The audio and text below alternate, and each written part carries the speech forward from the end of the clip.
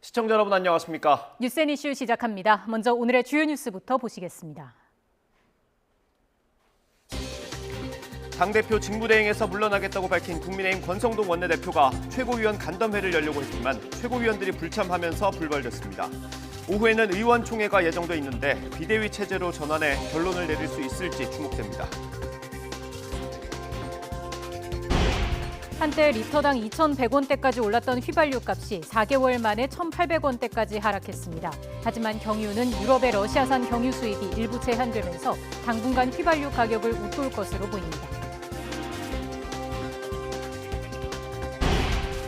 교육부가 추진하고 있는 만 5세 초등 입학 학제 개편과 관련해 찬반 논란이 계속되고 있는 가운데 사교육 걱정 없는 세상 등 19개 교육 관련 시민단체가 오늘 오후 추진 철회를 촉구하는 기자회견을 개최합니다.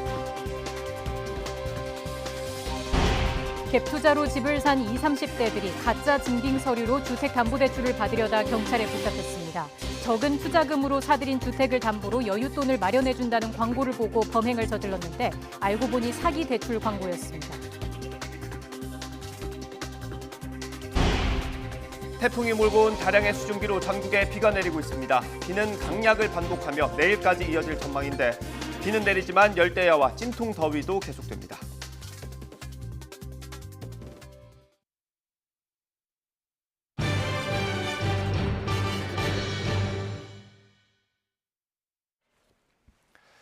국민의힘 내부 혼란이 갈수록 심해지고 있습니다. 비대위 전환을 놓고 이준석 대표 측근들의 반발이 이어지는 가운데 권성동 원내대표는 본격적인 의견 수렴에 나섰습니다. 자세한 내용 국회 취재기자 연결해서 알아보겠습니다. 이경국 기자. 네, 국회입니다. 네, 지금 의견을 수렴하는 과정이 진행되고 있는 거죠? 네, 맞습니다. 먼저 지난주 배현진 최고위원의 사퇴에 이어서 주말 사이 조수진, 윤영석 최고위원도 잇따라 사퇴 의사를 밝혔습니다. 여기에 권성동 원내대표도 앞서 맡고 있었던 당대표 직무대행직을 사퇴하겠다는 뜻을 전하면서 비대위 전환에 노력하겠다고 밝혔습니다. 권 원내대표 오늘 아침 YTN 취재진과 만났는데요. 비대위 전환 움직임에 이른바 윤심이 반영된 것인지 물었지만 굳게 입을 닫는 모습이었습니다. 들어보겠습니다. 뭔가 교감은 하셨어요? 그동안 최고위원이 어떻게 되시는지. 네, 비대위를 둘러싼 당내 혼란이 커지자 권성동 원내대표가 본격적인 의견 수렴에 나섰습니다. 최고위원들과의 간담회는 위원들의 불참으로 열리지 못했지만 곧이어 일부 초선 의원들을 만나서 의견을 들었고요. 오후에는 재선 의원과 삼선 의원과도 간담회를 진행하고 또 3시에는 의원총회를 열어서 비대위 체제를 본격 논의한다는 계획입니다. 의총 이후에 최고위원들이 회의를 열어서 비대위 전환 안건을 의결하는 거 아니냐는 추측도 나왔는데 일단 권성동 원내대표는 오늘 최고위원들이 모일 계획은 없다고 설명했습니다.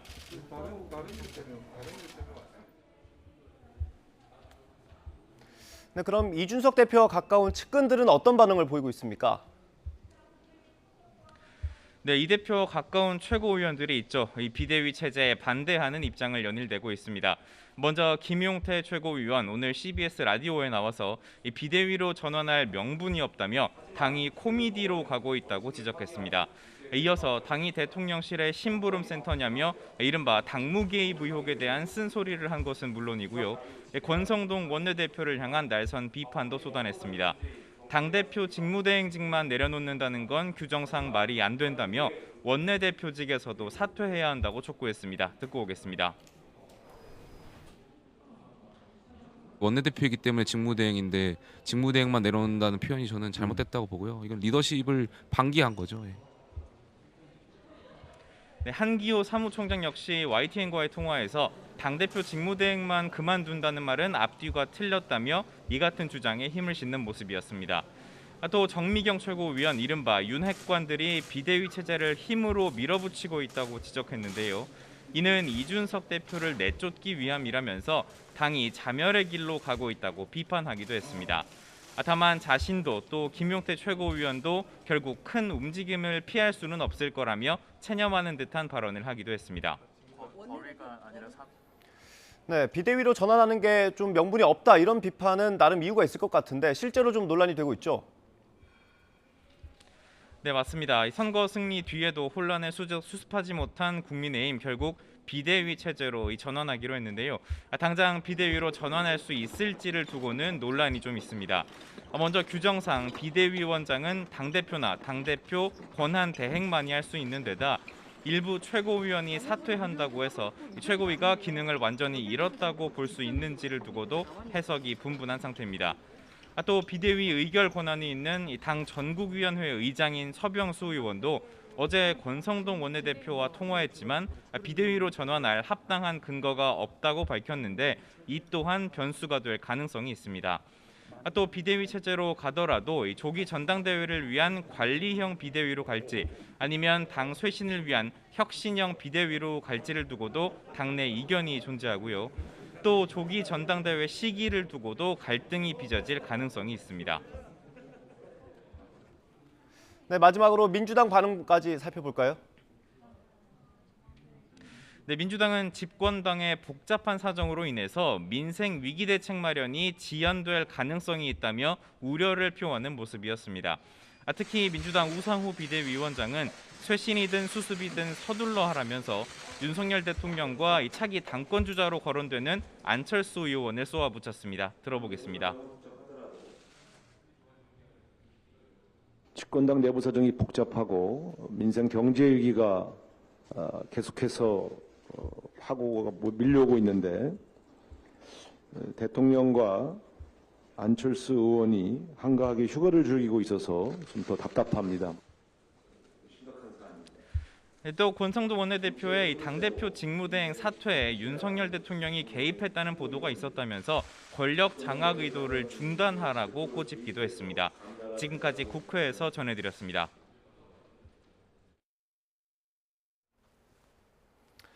네, 휴일 영향으로 어제 코로나19 신규 확진자는 4만 명대로 떨어졌습니다. 하지만 확산세는 여전하고 위중증 환자는 2달 반 만에 가장 많았습니다. 취재기자 연결합니다. 신현준 기자. 네, 신현준입니다. 네, 확산세가 조금 누그러지기는 했지만 여전히 증가하는 추세입니다. 자세한 현황 정리해 주시죠. 네, 오늘 0시 기준 코로나19 신규 환자는 48,689명입니다. 휴일 영향으로 어제보다 2만 8천여 명 줄었습니다. 하지만 일주일 전과 비교하면 8,000명 넘게 늘어 1.25배이고 2주 전보다는 18,000여 명 증가한 1.7배로 일주일에 2배씩 느는 더블링까지는 아니지만 확산세는 여전합니다.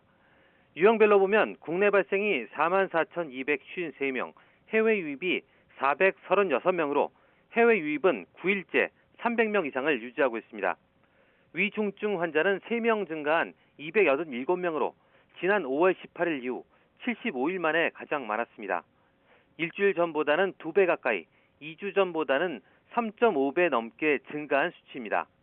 하루 새 숨진 환자는 21명으로 누적 사망자는 25,068명, 치명률은 0.13%를 유지했습니다.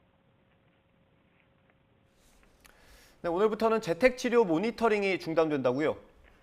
네, 오늘부터 재택치료하는 60살 이상 고령 환자와 면역 저하자 등 고위험군을 대상으로 하루 한 차례 전화로 진행하는 건강 모니터링이 중단됩니다. 방역당국은 오늘부터 재택치료자를 집중관리군과 일반 관리군으로 나누던 구분을 없애고 누구나 증상이 있으면 대면 진료를 받도록 유도했다고 밝혔습니다. 하지만 최근 위중증 환자가 급증하는 가운데 재택치료 모니터링이 없어지면 고위험군 관리에 사각지대가 생길 수 있다는 우려도 나오고 있습니다. 어제 0시 기준 집중관리군은 2만 1,000여 명으로 전체 재택치료 환자의 4.5%에 달했는데요. 방역당국은 현재 검사와 처방, 진료를 모두 수행하는 원스톱 진료기관을 8,816개소로 늘렸고 재택치료자를 위한 24시간 의료상담센터는 계속 운영하니까 증상이 나빠지면 연락하라고 당부했습니다. 또 50대와 18세 이상 기저질환자에 대한 백신 4차 접종이 지난달 18일부터 시작된 가운데 오늘부터는 사전 예약에 의한 접종도 시작됩니다. 오늘 0시 기준 50대의 4차 접종률은 접종 대상자 대비 6.1%, 예약률은 13.9%입니다. 지금까지 사회 2부에서 YTN 신현주입니다. 5호 태풍 송다에 이어 6호 태풍 트라세도 오늘 오전 열대 저압부로 약화했습니다. 하지만 두 태풍이 남긴 비구름 때문에 우리나라는 내일까지 많은 비가 내리겠습니다. 비가 내리는 와중에 무더위와 열대야도 심해질 것으로 보여 폭염 대비도 필요합니다. 취재기자 연결해서 호우와 무더위 상황 자세히 알아보겠습니다. 정혜윤 기자. 네, 문화생활과학부입니다. 네, 5호와 6호 태풍이 모두 소멸했다는 거죠? 네, 그렇습니다. 5호 태풍 송다와 6호 태풍 트라세 모두 태풍으로의 위력은 잃고 열대 저압부로 변했습니다. 바람은 약해진 것이지만 두 태풍의 동반된 비구름은 여전히 남아 있습니다. 이 비구름이 내일까지 우리나라에 영향을 줄 것으로 보입니다. 특히 수도권을 비롯한 중부지방은 5호 태풍 송다가 남긴 비구름이, 남해안과 제주도는 6호 태풍 트라세가 남긴 비구름이 영향을 줄 전망인데요. 기상청은 중부와 제주도, 남해안에 내일까지 최고 100mm의 많은 비가 더 내리겠고, 그 밖의 지방에도 10에서 60mm의 비가 올 것으로 예상했습니다. 특히 중서부 지방은 내일 새벽부터 아침 사이에 시간당 30mm 이상의 매우 강한 비가 집중될 가능성이 있어서 대비가 필요합니다.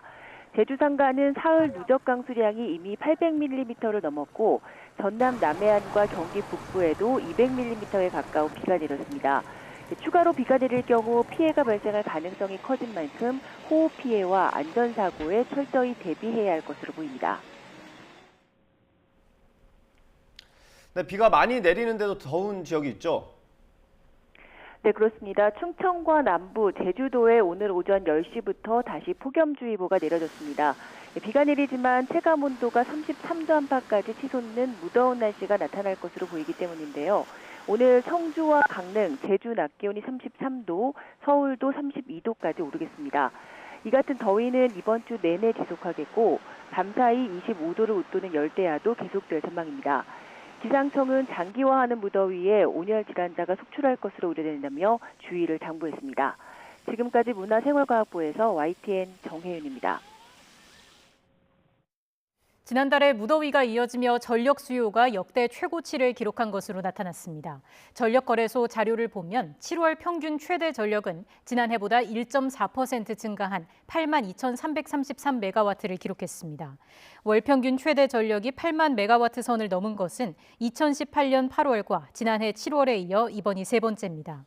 전력 수요가 급증하면서 여유 전력 수준을 보여주는 공급 예비율도 떨어져 지난달에는 세 차례나 10% 선이 깨지기도 했습니다.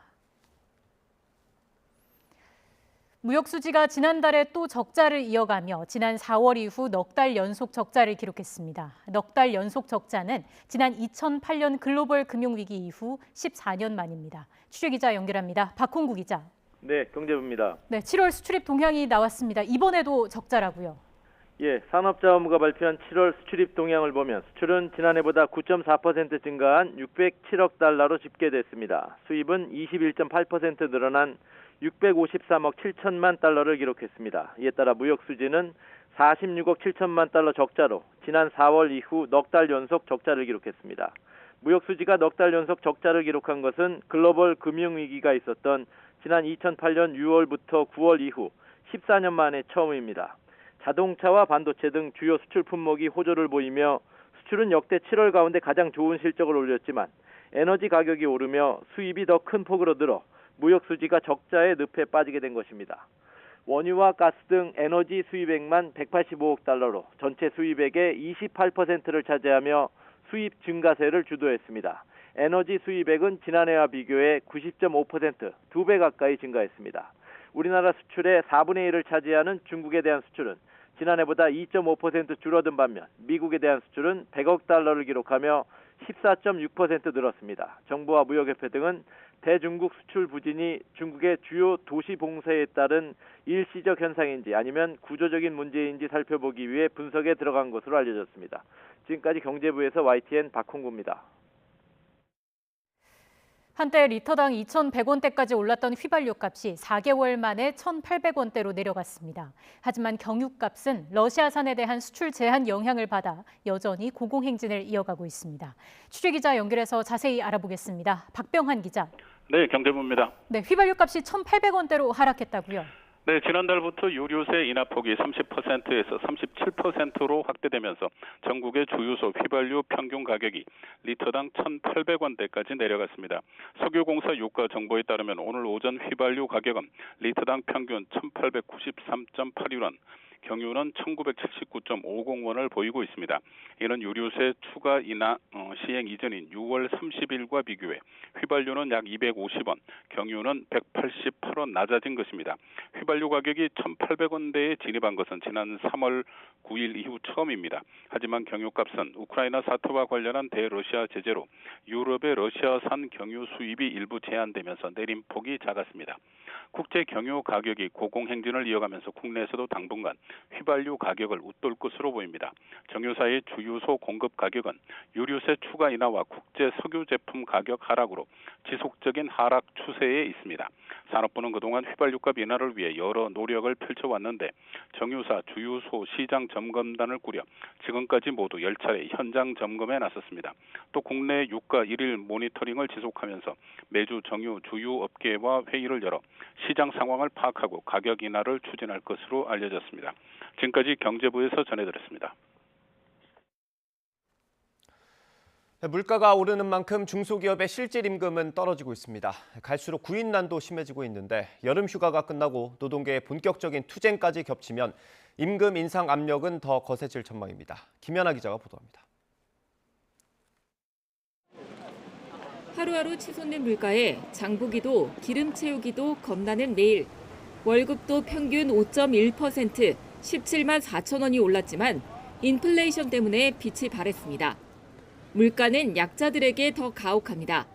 대기업 근로자의 경우 임금이 8.1%, 상용직은 5.3% 오르면서 물가 인상에도 버텨냈지만 중소기업 임금은 4.1%, 임시일용직은 2.7% 오르는 데 그치면서 실질 임금이 각각 1.3%, 2.7%씩 감소했습니다. 노동계는 이미 하반기 투쟁 목표로 임금 대폭 인상을 통한 실질 임금 회복을 내걸고 정부를 압박하고 있습니다.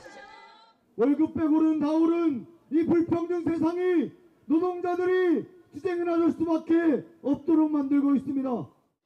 구인난마저 4년여 만에 가장 심각해서 인재 경쟁이 치열한 곳부터 시작해 도미노식 임금 상승이 생기고 늘어난 인건비가 다시 물가를 자극하게 될 가능성이 나오는 상황. 노사 모두 고통 분담하고 이런 얘기 하는데 물가를 잡지 않은 이상 누가 이거는 생계 문제고 삶의 전체 생계 문제이기 때문에 어느 누구도 양보하려고 하지 않을 거예요. 정부는 기업 부담과 경기 침체를 이유로 급격한 임금 인상에 부정적이지만 물가 안정을 위해 꺼내든 유류세와 관세 인하 효과마저 미진한 가운데 러시아의 연료 통제 등으로 겨울이 다가올수록 물가가 더욱 요동칠 가능성도 있어서 고민이 깊어지고 있습니다. YTN 김연아입니다. 주택시장이 금리 인상과 경기 침체가 겹치면서 대세 하락기에 접어들었습니다. 이런 시기에 집이 없는 사람과 있는 사람 각각 어떤 전략을 짜는 게 좋은지 취재했습니다. 이동호 기자입니다. 서울 마포구 염리동의 한 신축 아파트. 전용 면적 59제곱미터가 최근 14억 1천만 원에 거래돼 지난해 8월 최고가 17억 원에 비해 3억 원 가까이 떨어졌습니다.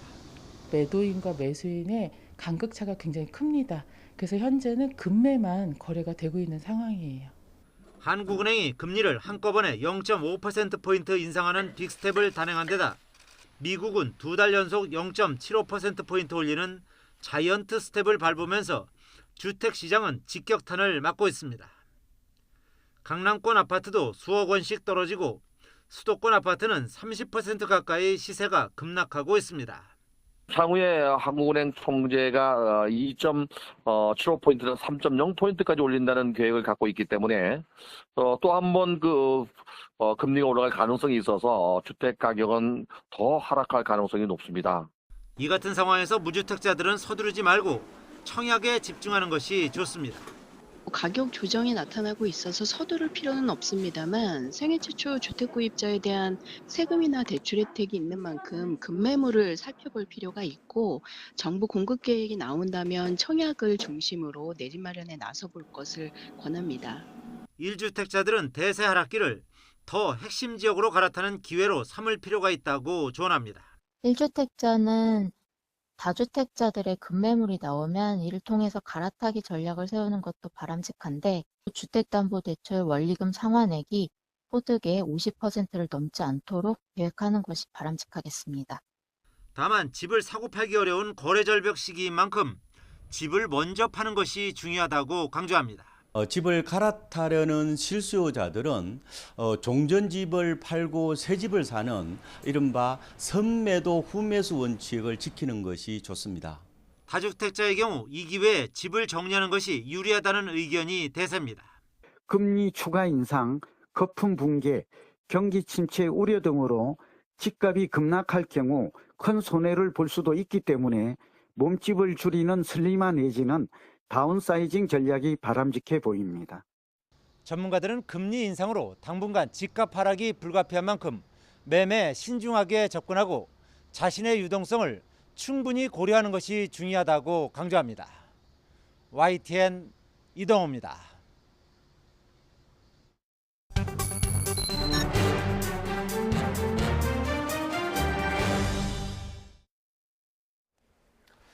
정부가 초등학교에 입학하는 나이를 현재 만 6살에서 1살 낮추겠다는 개편안을 발표했습니다. 학부모와 교원단체들의 반발이 거센 가운데 76년 만에 교육법 개정이 이루어질지 주목됩니다. 전문가와 이야기 나눠보겠습니다. 박남기 광주교대 교수 화상전화로 연결돼 있습니다. 교수님 나와 계시죠? 네, 반갑습니다. 광주교대 박남기입니다. 예, 안녕하십니까. 먼저 지난 토요일 박순애 교육부 장관이 YTN에 출연해서 이 개편안에 대해서 설명을 했습니다. 관련 내용 먼저 들어보고 교수님과 얘기 나눠보겠습니다.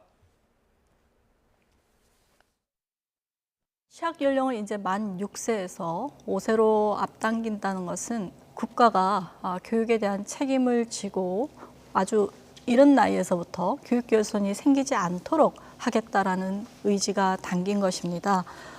과거에 비해서 사실은 어린이들이 성장 속도도 상당히 빨라졌고 그다음에 이제 지식을 습득하는 속도도 예전보다는 훨씬 더 빨라지고 고도화된 부분이 있기 때문에 그 조기 입학을 통해서 어린아이들이 안정된 시스템, 공교육 속에 들어오는 게 목적이었고 사회 진출이 빨라진다는 것은 거기에 나타나는 부가적인 효과입니다.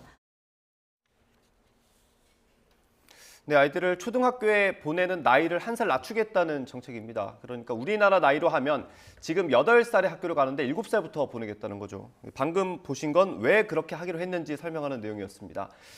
설득력이 어느 정도 있다고 보십니까, 교수님? 일단 그 말씀하실 때 국가가 그 이른 나이부터 책임을 지고 교육 결손이 생기지 않도록 하겠다라고 한다면 실은 가장 좋은 것은 미국처럼 K학년을 공교육으로 편입시키는 것입니다. 예. 그래서 유치원 1학년부터 K-12라고 하는데 13년을 운영하는 방법이 있거든요. 그렇게 될 경우에는 지금의 시스템을 크게 흔들지 않고서도 쉽게 진행을 해갈 수가 있을 것입니다. 근데 또 말씀하시면서 그 아이들의 성장 속도가 빨라졌다고 했는데 또 아이들 간의 격차도 더 커졌습니다. 예. 그래서 지금 그 빨라진 것을 감안해서 현 시스템에서 학부모들이 원하면 조기 입학을 시킬 수 있도록 허용하고 있습니다. 예. 그런데 작년 같은 경우에도 전국적으로 불과 500명 정도가 신청을 해서 그 지금 말씀하신 내용을 어떻게 연구를 통해서 아니면 실증적으로 입증할지가 좀 고민이 되네요. 그 다음에 이제 그 여기 있는 것처럼 조기적으로, 그러니까 안정된 시스템, 공교육에 들어오도록 하는 것, 그것은 다시 말하면 이 유치원 교육의 공교육화입니다. 예. 이상 공교육화를 실현하겠다는 건데 이러한 학제 개편과 관련해서는 지금 국가교육위원회 법이 만들어져 있고요. 제11조 국가교육위원회의 그 결정 범위 역할에 보면은 학제가 국가교육위원회의 결정 사항이라고 명기가 되어 있습니다. 예. 따라서 이번에 발표한 내용은 조금 아쉬움이 있는 것이 지금 국가교육위원회를 결성을 하도록 되어 있기 때문에 이 사안에 대해서 이런 그러니까 조기 입학이랄지 아니면 학제 개편에 생각이 있다, 이러한 필요가 있다. 그렇다면은 국가교육위원회가 앞으로 이 문제를 논의하도록 하겠다. 이렇게 해서 국가가 국가교육위원회에게 이것을 의제로 요청을 하고 그러면 국가교육위원회에서 이제 다양한 집단이 머리를 맞대고 전문가의 의견도 듣고 해서 진행했다면 하는 아쉬움이 있는데 아마 정부도 지금 그런 쪽으로 나가지 않을까 생각은 듭니다. 아무튼 예. 현행 법상으로는 교육부의 권한 밖의 것을 결정을 해서 발표하는 방식이 됐는데 아마 이게 최종적인 게 아니라 그 원래 의도는 이것이 의미가 있기 때문에 국가교육위원회 하나의 안건으로 요청을 하겠다. 이렇게 이해하는 것이 타당해 보입니다. 예, 전체적으로 말씀을 해주셨는데 하나하나씩 좀 짚어보겠습니다. 먼저 공교육에서 아이들을 빨리 케어해주겠다라는 게 일단 논리적으로는 이해가 됩니다만 공익 유치원 등도 있는데 굳이 학령기를 낮춰야 하는 것이냐 이런 반발이 있을 수 있는 거고요.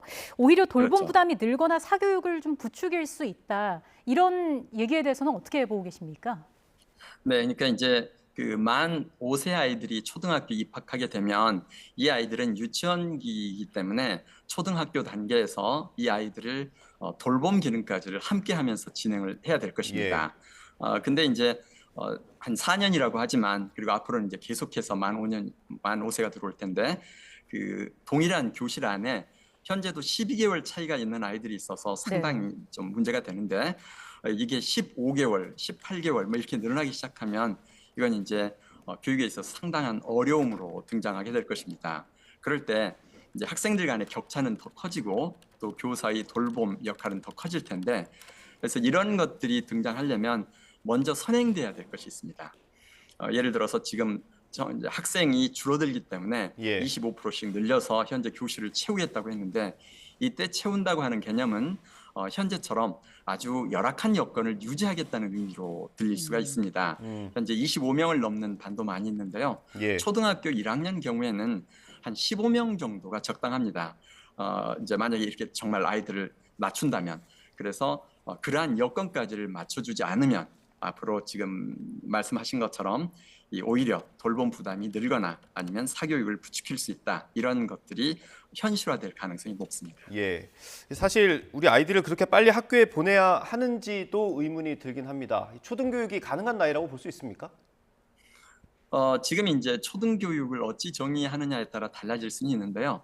K학년을 그러니까 킨더가든 유치원 학년을 초등학교에 놓고 초등학교에서 거기까지 감안하도록 한다면 초등교육 시스템으로 넣을 수는 있습니다. 그런데 지금 현재 초등학교 1학년 교육 과정은 유치원 나이에 해당하는 아이들을 염두에 두지 않고 만들어져 있기 때문에 만약에 만 5세로 1년을 당긴다고 한다면 우리나라 교육과정 전반을 특히 초등학교 1학년부터 이제 앞으로 점점 적응해 갈 수 있도록 내용을 바꿔야 되지 않을까 이렇게 생각을 합니다. 그래서 지금 가능하냐고 했을 때는 초등교육을 어찌 정의 내리는가 그리고 또 이 아이들을 돌볼 수 있도록 이 아이들이 성장할 수 있도록 교육 여건을 만들어주고 또 거기에 상응하는 교사를 공급할 수 있느냐 여기에 따라서 답은 달라질 수 있습니다. 현재대로 가고서 하는 것은 불가능합니다.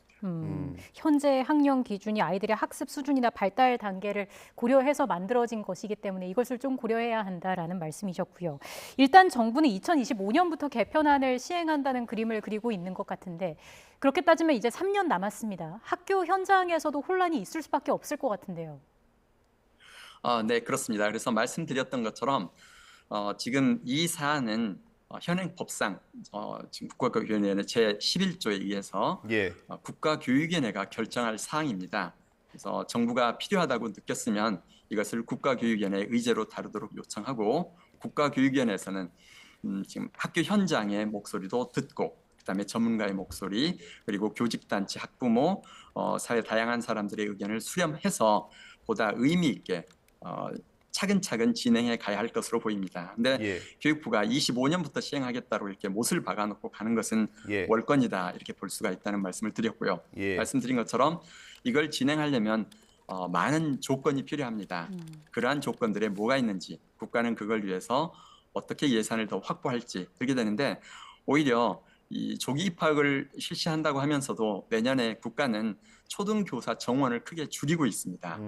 이것은 국가가 시도하려는 정책하고 실질적으로 또 다른 정책이 상충하는 모습을 보이기 때문에 이런 정책이라면 초등학교 학당 학생 수를 1학년은 15명으로 하고 거기에 상응해서 얼마나 많은 교사가 더 추가로 필요한지 또 어떤 재원이나 프로그램이 필요한지를 따져줘야 될 것입니다. 그 교사들의 절대적인 수도 중요하지만 어떤 것을 가르칠 수 있는지 그런 훈련도 좀 필요하지 않습니까? 그렇죠. 그래서 지금 초등학교 교사들은 만 6세를 염두에 두고 1학년 단계에서 진행하고 있는데 만 5세라면 지금 유치원생님들이 실은 맡아서 할 거고요.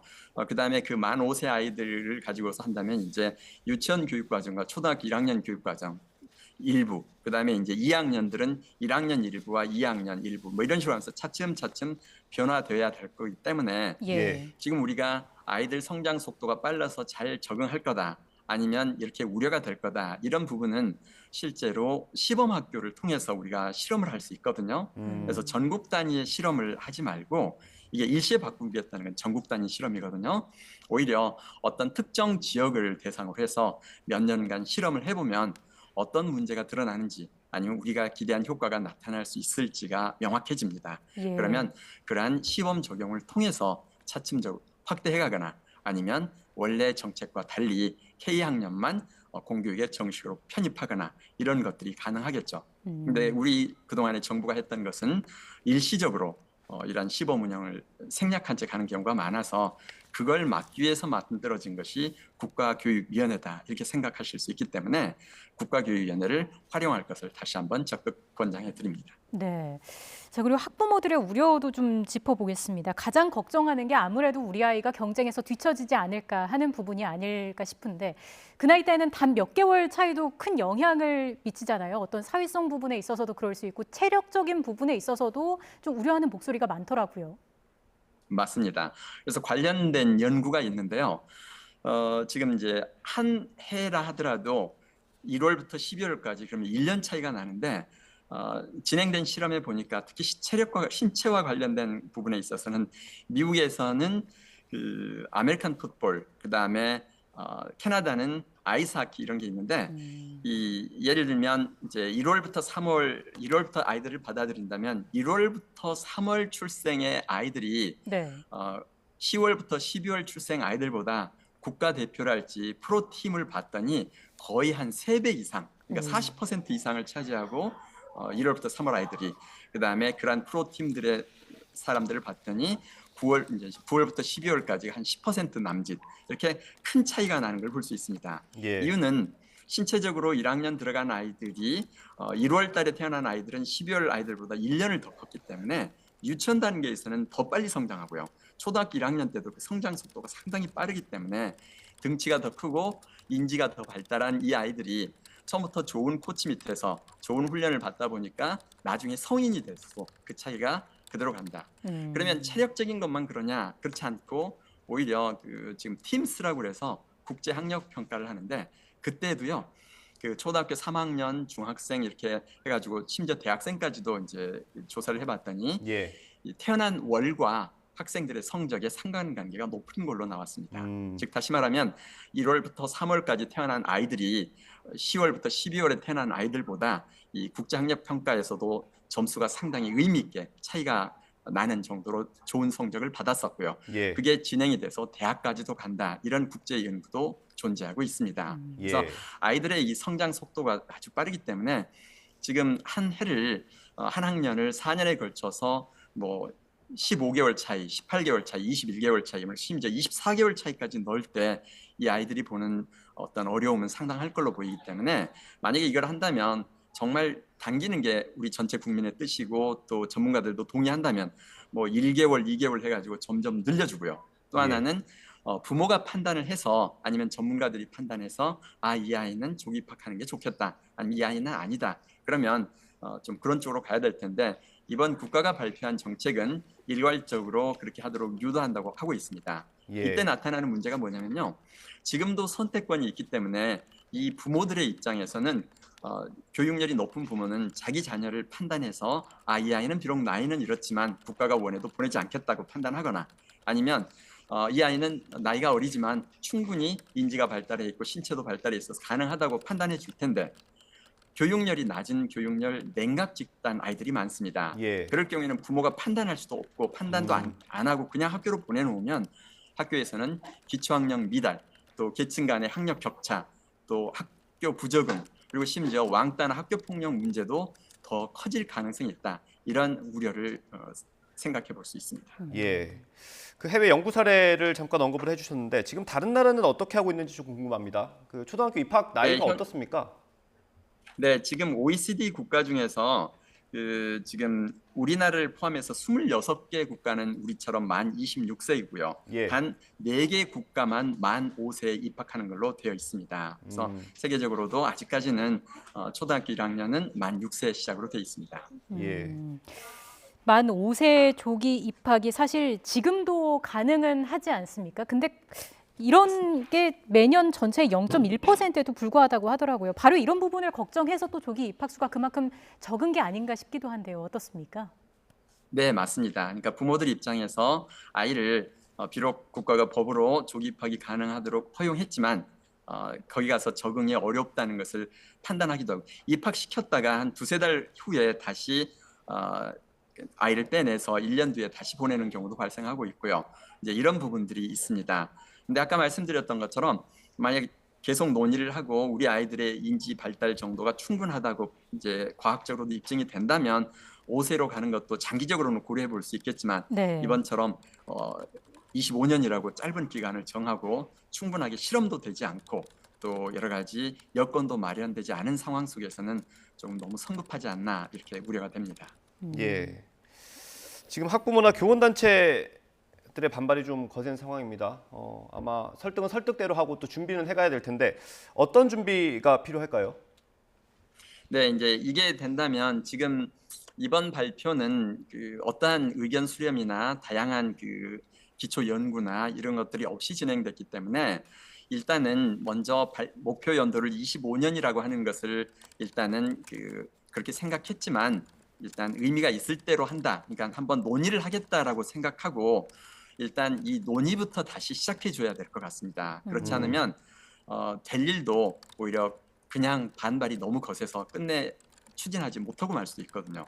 따라서 이게 과학적으로 충분히 근거가 있는 주장인지 그리고 왜 다른 나라는 그렇게 하지 않는지 하는 나라에서는 어떤 효과가 있었는지 그리고 우리나라에서 하려면 지금 아까 말씀드렸던 것처럼 초등학교 학생들이 인지가 과거보다 더 발달했다고 하는데 실은 초등학교 1학년 담임들에 따르면 정말 준비되지 않은 아이들이 갈수록 늘어난다고 하거든요. 그렇다면 그런 문제에 있어서 이 입학 연령을 당겼을 때 나타날 문제를 어떻게 해결해야 될지 그 문제를 위해서 뭐 교원은 어떻게 하고 교원 교육은 어떻게 하고 프로그램 교육 과정은 어떻게 바꾸고 또 필요한 예산은 얼마나 되고 네. 어떻게 조달할지 이런 것들에 대해서 차근차근 연구해 가고 또 관련 집단들이 머리를 맞대고 하는 이 국가교육위원회 차원에서의 장기 어젠다로 채택하고 논의를 해간다면 아마 이제 과거에 그냥 논의됐다가 사라진 거하고 달리 조금은 의미 있게 논의가 발전되지 않을까 이렇게 기대합니다. 네, 알겠습니다. 최대한 많은 논의가 좀 필요하다라는 말씀으로 이해가 됩니다. 지금까지 박남기 광주교대 교수와 함께 이야기 나눴습니다. 교수님 오늘 말씀 잘 들었습니다. 고맙습니다. 네, 고맙습니다. 네, 저희가 교수님 연결해서 얘기 듣는 와중에 속보 하나 들어와서 전해드리겠습니다. 여야가 윤희근 경찰청장 후보자의 인사청문회를 오는 8일 개최하는 것으로 합의했습니다. 앞서 증인 채택을 두고 이견이 있었는데 다음 주 월요일 날 인사청문회를 개최하기로 합의했다는 소식이 들어왔습니다. 네, 경찰국 신설과 관련한 얘기가 쟁점이 될 것으로 전망되고 있습니다. 앞서 윤석열 대통령은 윤희근 경찰청장 후보자에 대한 인사청문 경과 보고서를 오는 5일까지 재송부해달라고 국회에 요청했고 야당이 반발하기도 했습니다. 다시 한번 전해드리겠습니다. 애초 여야가 당초 오는 4일 윤 후보자의 인사청문회를 열기로 합의했지만 경찰국 사태와 관련해서 증인 채택 여부를 둘러싼 이견으로 청문회 일정을 확정하지 못한 상황이었죠. 이런 상황에서 윤희근 후보자의 청문회를 오는 8일에 개최하는 데 여야가 합의했다라는 소식이 들려왔습니다. 자세한 내용은 또 들어오는 대로 이어지는 뉴스에서 전해드리겠습니다.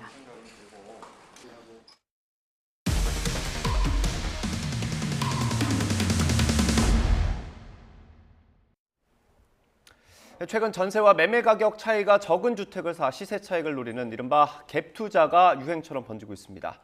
이 방식으로 집을 산 사회 초년생들이 세입자가 없다는 가짜 서류를 꾸며서 대출을 받으려다가 경찰에 붙잡혔습니다. 적은 투자금으로 사들인 주택을 담보로 여윳돈을 마련해준다는 광고를 보고 범행을 저지른 건데 비슷한 가담자만 수십 명에 달하는 것으로 알려져 경찰이 수사를 확대하고 있습니다. 임성재 기자가 단독 보도합니다. 대부업체 사무실에 들이닥친 경찰관들이 자리에 앉아있는 여성을 체포합니다. 몇 시간 뒤 같은 사무실에서 또 다른 남성도 경찰관 고지를 받고 연행됩니다. 공무성 위험이 사기 대처 해는 체포합니다. 변호사 선임할 수 있고. 지난 6월 30대 A씨와 20대 B씨가 공문서를 위조해 주택담보대출을 받은 혐의로 경찰에 체포됐습니다. 이들은 자신이 소유한 빌라를 담보로 대부업체에서 각각 1억 1천만 원과 4천만 원을 대출받으면서 세입자가 없는 것처럼 전입세대 열람 내역서를 위조한 혐의를 받습니다. 주택을 보유하고 있더라도 임대차 계약 세입자가 있으면 최우선 변제권 순위에서 밀린다는 이유로 담보대출을 받기 어렵기 때문에 문서를 거짓으로 꾸민 겁니다. 세입자가 있으면은 대출을 나가기가 어렵죠. 당연히 안 하죠. 왜냐하면 그게 나중에 경매로 진행이 된다라고 하더라도 저희가 원금 상환할 수 있는 방법이 아예 없으니까. 경찰 조사에서 A씨와 B씨는 적은 투자금으로 세입자가 있는 주택을 매입한 뒤 급전이 필요한 갭 투자자에게 여윳돈을 마련해준다는 광고를 보고 범행을 모의하게 됐다고 진술했습니다. 광고를 보고 찾아간 텔레그램 대화방에선 브로커가 범행 수법을 알려주고 위조 문서도 직접 만들어준 뒤 대가로 대출받은 금액의 절반 정도를 송금받은 것으로 전해졌습니다. 위에 사람들이 받은 거에 수수료 50% 챙겨가고 저는 60% 줬거든요. 근데 텔레그램이랑 전화번호밖에 모르는데. 하지만 두 사람이 체포됐을 당시 휴대전화에 남아있던 문제의 텔레그램 방은 이미 모두 사라진 상황. 경찰이 운영자를 파악한 결과 휴대전화와 계좌는 다른 사람 명의의 대포폰과 대포 통장인 거로 파악됐습니다. 경찰은 사라진 텔레그램 방에서 불법 대출을 시도한 사람만 수십 명에 달한다는 진술을 토대로 브로커와 추가 가담자를 추적하는 등 수사를 확대하고 있습니다. YTN 임성재입니다. 태풍 송다와 트라세는 모두 열대저압부로 약화됐습니다. 하지만 두 태풍이 몰고 온 비구름이 유입되면서 내일까지 전국에 비가 내리겠는데요. 낮 동안에는 비가 잠시 소강 상태를 보이면서 무더위가 이어지겠지만 밤사이 다시 강한 비구름이 발달하겠고요. 또다시 많은 비를 뿌리겠습니다. 그제부터 지금까지 제주 산간을 중심으로 물폭탄이 쏟아졌는데요. 제주도 삼각봉에는 무려 869mm, 전남 구례에도 200mm가 넘는 큰 비가 내렸고요. 지리산에도 199mm의 누적 강우량이 기록됐습니다. 또 서울 도봉구에도 109mm의 많은 비가 내렸습니다. 현재 레이더 화면을 보시면 곳곳에 산발적인 비구름이 분포했습니다. 빗줄기는 오전보다 많이 약해진 상태인데요. 밤사이에는 다시 중서부 지역을 중심으로 국지성 호우가 쏟아질 수 있겠습니다. 앞으로 예상되는 비의 양은 경기 북부 많은 곳은 최고 100mm 이상, 그 밖에 수도권과 영서, 지리산과 제주 산간에는 최고 70mm의 비가 더 내리겠고요. 그 밖에 전국으로는 5에서 40mm의 비가 예상됩니다. 비가 내리지만 33도 안팎의 무더위는 계속되겠습니다. 오늘 낮 기온 서울과 대전 32도, 대구는 31도까지 오르겠습니다. 비는 내일이면 대부분 그치겠지만 중서부 지방은 모레 아침까지 이어지는 곳이 있겠고요. 밤낮 없는 무더위는 계속될 전망입니다. 지금까지 날씨 정보였습니다. 태풍 송다의 영향으로 많은 비가 내리면서 빗길 교통사고가 잇따랐습니다. 특히 고령 운전자의 경우 맑은 날 대비 빗길 교통사고 발생률이 높은 것으로 나타나 각별한 주의가 필요합니다. 최명신 기자가 보도합니다. 고속버스 앞 유리창이 산산조각 났습니다. 짐을 든 승객들이 차례로 줄지어 버스에서 내립니다. 다른 화물차들은 운전 성문이 떨어져 나가기 직전이거나 아예 형체를 알아보기 힘들 정도입니다. 어젯밤 9시쯤 경부고속도로 남사 졸음쉼터 인근에서 부산 방향으로 달리던 차량 넉 대가 잇따라 부딪혔습니다. 5톤 화물차가 3차로를 가다가 빗길에 미끄러지면서 왼쪽으로 갔다가 각대 쪽으로 미끄러져 나갔어요. 이 사고로 5톤 화물차 운전자 60대 김모 씨와 다른 운전자 2명이 경상을 입었습니다. 영동고속도로 양지터널에서 인천 방향으로 달리던 승용차가 차선을 바꾸려다가 오중 추돌 사고를 냈습니다. 이 사고로 다친 사람은 없었지만 20여 분간 일대 교통정체가 빚어졌습니다. 어제나 부산 대남 지하차도 인근에서도 60대 남성이 운전하던 택시가 갑자기 중앙선을 넘어 마주오던 승용차와 부딪혔습니다.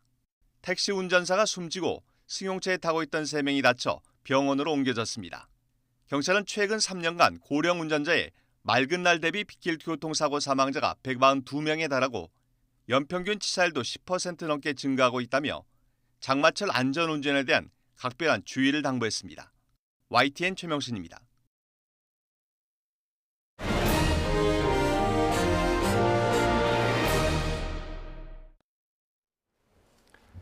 네, 오늘의 정치권 이슈 짚어보겠습니다. 김병민 경희대 개건교수, 서용주 더불어민주당 상근 부대변인 두 분과 함께합니다. 어서 오십시오. 안녕하세요. 네, 교수님. 국민의힘 지금 어디로 가고 있습니까? 네, 상황이 매우 좀 복잡하고 어려운 시기로 흘러가고 있는 것 같습니다. 월요일이면 최고위원회가 열려야 되는 날이기도 한데요. 월요일 오전 9시에서 9시 반 정도에 오늘은 최고위원회가 실질적으로 열리기에 이미 최고위원들의 상당한 수가 사퇴를 한 상태고요. 네. 오늘 같은 날은 이제 의원들 원내에 있는 의총을 통해서 중요한 의사결정에 대한 총의를 아마 모으게 될 예정으로 보입니다. 네. 의총에 앞서서 현재는 초선 의원, 또 재선 의원, 3선 이상 중진 의원 등 이렇게 서로 간에 간담회를 가지고 의견들을 모아가고 있는 상황인 것 같고요. 예. 대통령에 대한 이제 국정 운영 지지도가 또 떨어지고 정당에 대한 정당 지지도도 정권 교체 이후에 탄력을 받아야 되는 시점 속에서 하락 국면을 거듭하고 있는 터라 지금 총체 위기 상황으로 모두가 다 인식하고 있는 상황 속에서 오늘 어떤 방식으로 이 위기를 돌파하게 될 건지 의총에서 나오게 되는 의견들을 좀 주목해 볼 필요가 있지 않을까 싶습니다. 예, 총체 위기 상황이라는 표현을 해주셨고요. 직무대행직을 맡은 지 23일 만에 권성동 원내대표가 당대표 직무대행직을 내려놓겠다고 했습니다. 이전과는 좀 입장이 달라진 모습이어서 대통령실의 의중이 좀 반영이 된 거 아니냐 이런 얘기가 나오고 있어요. 그러게요. 이 국민들 보시기에도 얼마나 답답하시겠어요. 나라가 이거 80일 좀 지났는데 새로운 정부의 집권당 국민의힘한테 나라를 맡겼더니 이게 80일 동안 너무 어수선하다. 좀 뭔가 유능한 걸 좀 보고 싶었는데 아직까지는 뭐가 없는 것 같아요. 권선동 원내대표도 24일 만에 직무대행을 내려놓는 상황에 온 것은 본인이 자처한 것 같아요.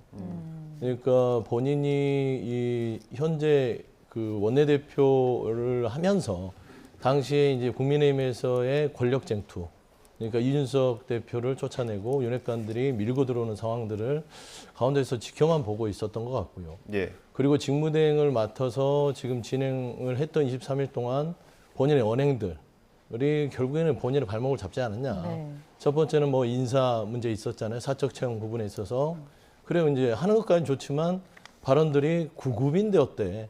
라는 것들이 국민들한테 신뢰를 얻지 못했고. 예. 두 번째는 대통령과의 텔레그램 내용 중에 이준석 대표를 윤석열 대통령이 내부 총질하는 사람으로 표현하는 거를 이제 개인적인 뭐 문자를 하더라도 예. 그게 드러내는 실수를 했잖아요. 예.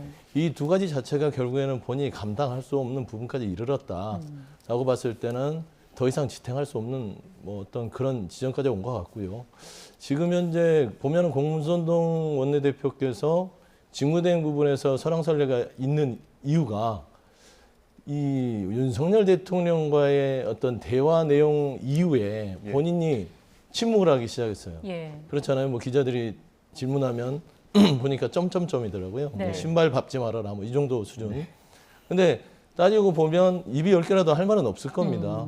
근데 나무당 얘기라서 제가 뭐 과하게 할 이유는 없지만 민주당 입장에서는 빨리 좀 이 집권당이 집권당으로서의 면모를 보여야만 제대로 이제 좀 체계를 갖춰야만 민주당도 이제 국정 파트너로서 민생 안정, 민생 부분에 있어서 논의를 할 거 아니에요. 그래서 저는 좀 권선동 원내대표가 어떤 터럭만큼 지금 뭐 직무대행만 내려놓고 원내대표 계속 하시겠다, 뭐 그런 의중인 것 같은데요. 좀 뭐 물론 본인이 판단하시겠지만 이거를 빠른 시일 내에 당을 정비하는 모습을 보여주는 것도 지금 본인이 추락한 리더십의 출구 전략으로 일말의 기회가 남아 있다. 저는 좀 그렇게 평가하고 싶습니다. 예. 지금 당 내부에서도 원내대표도 함께 내려놓는 게 맞다. 그게 당원 당규 해석으로 하면 그렇다라고 말하는 사람들이 나오고 있거든요. 근데 이게 리더십 차원에서 봤을 때 가능할지도 좀 의문이긴 합니다. 어떻게 보세요? 일단은 직무대행직은 내려놓는데 원내대표직은 유지하겠다라고 얘기를 하고 나서니 현재 남아있는 김용태 청년 최고위원 등이 나서서 반발하고 있는 거죠. 두 개를 따로 떼어놓고 보기가 어려운 측면이 있다는 것이고요.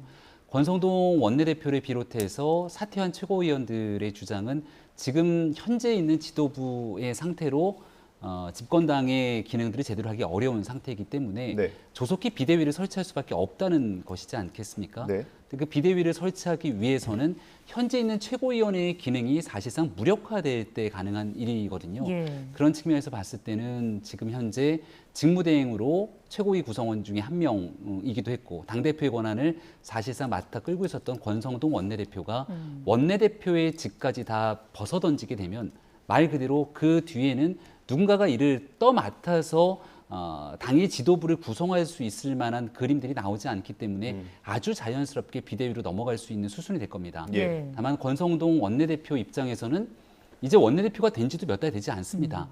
취임한 지 얼마 되지 않는 상태 속에서 지금 집권 초의 이 초유의 상황에 대한 모든 책임을 본인이 다 짊어지고 정치적으로 거의 사실상 모든 옷들을 다 집어 던지게 되는 거기 때문에 네. 선택하기가 쉽지는 않은 내용일 텐데요. 예. 그래서 제가 앞서서 오늘 있게 되는 의총의 내용이 중요하다 이렇게 말씀드린 이유가 의총 과정에서 국민의힘이 바라보기에 최악의 상황은 김용태 최고위원, 정미경 최고위원 등등이 끝까지 사퇴하지 않으면서 이 지도부를 유지해야 된다고 예. 맞서게 되는 내용들이 계속되게 되면 이게 이제 당이 가져갈 수 있는 최악의 혼동이기 때문에 결국 권성동 원내대표가 무한 책임을 지고 원내대표직을 내려놓으면서 비대위로 넘어가야 되지 않느냐라는 의견들이 좀 분출하지 않을까 이런 예상이 됩니다. 예, 그리고 이게 문제가 간단치 않은 게 최고위가 기능을 상실했다고 보는 그 기준을 놓고도 의견이 분분하잖아요. 이 부분에 대해서는 어떻게 좀 봐야 될까요? 그러니까 전체 지도부에 역할하게 되는 9명 전원이 사퇴해야 되는 것이냐 아니면 선출직 최고위원으로 볼 수 있는 5명 더하기 당대표까지 6명이 이 중에서의 의결 정족수가 나오지 않는 때를 얘기하는 것이냐 서로 간의 해석들은 굉장히 분분하게 됩니다. 예. 근데 지금 앞서 보시고 있는 상황들처럼 9명의 지도부 중에서 김용태 청년 최고위원과 정미경 최고위원을 제외하고는 이준석 대표의 사고를 포함해서 거의 모두가 기능을 할 수 없는 정도의 상황이 와 있는 거거든요.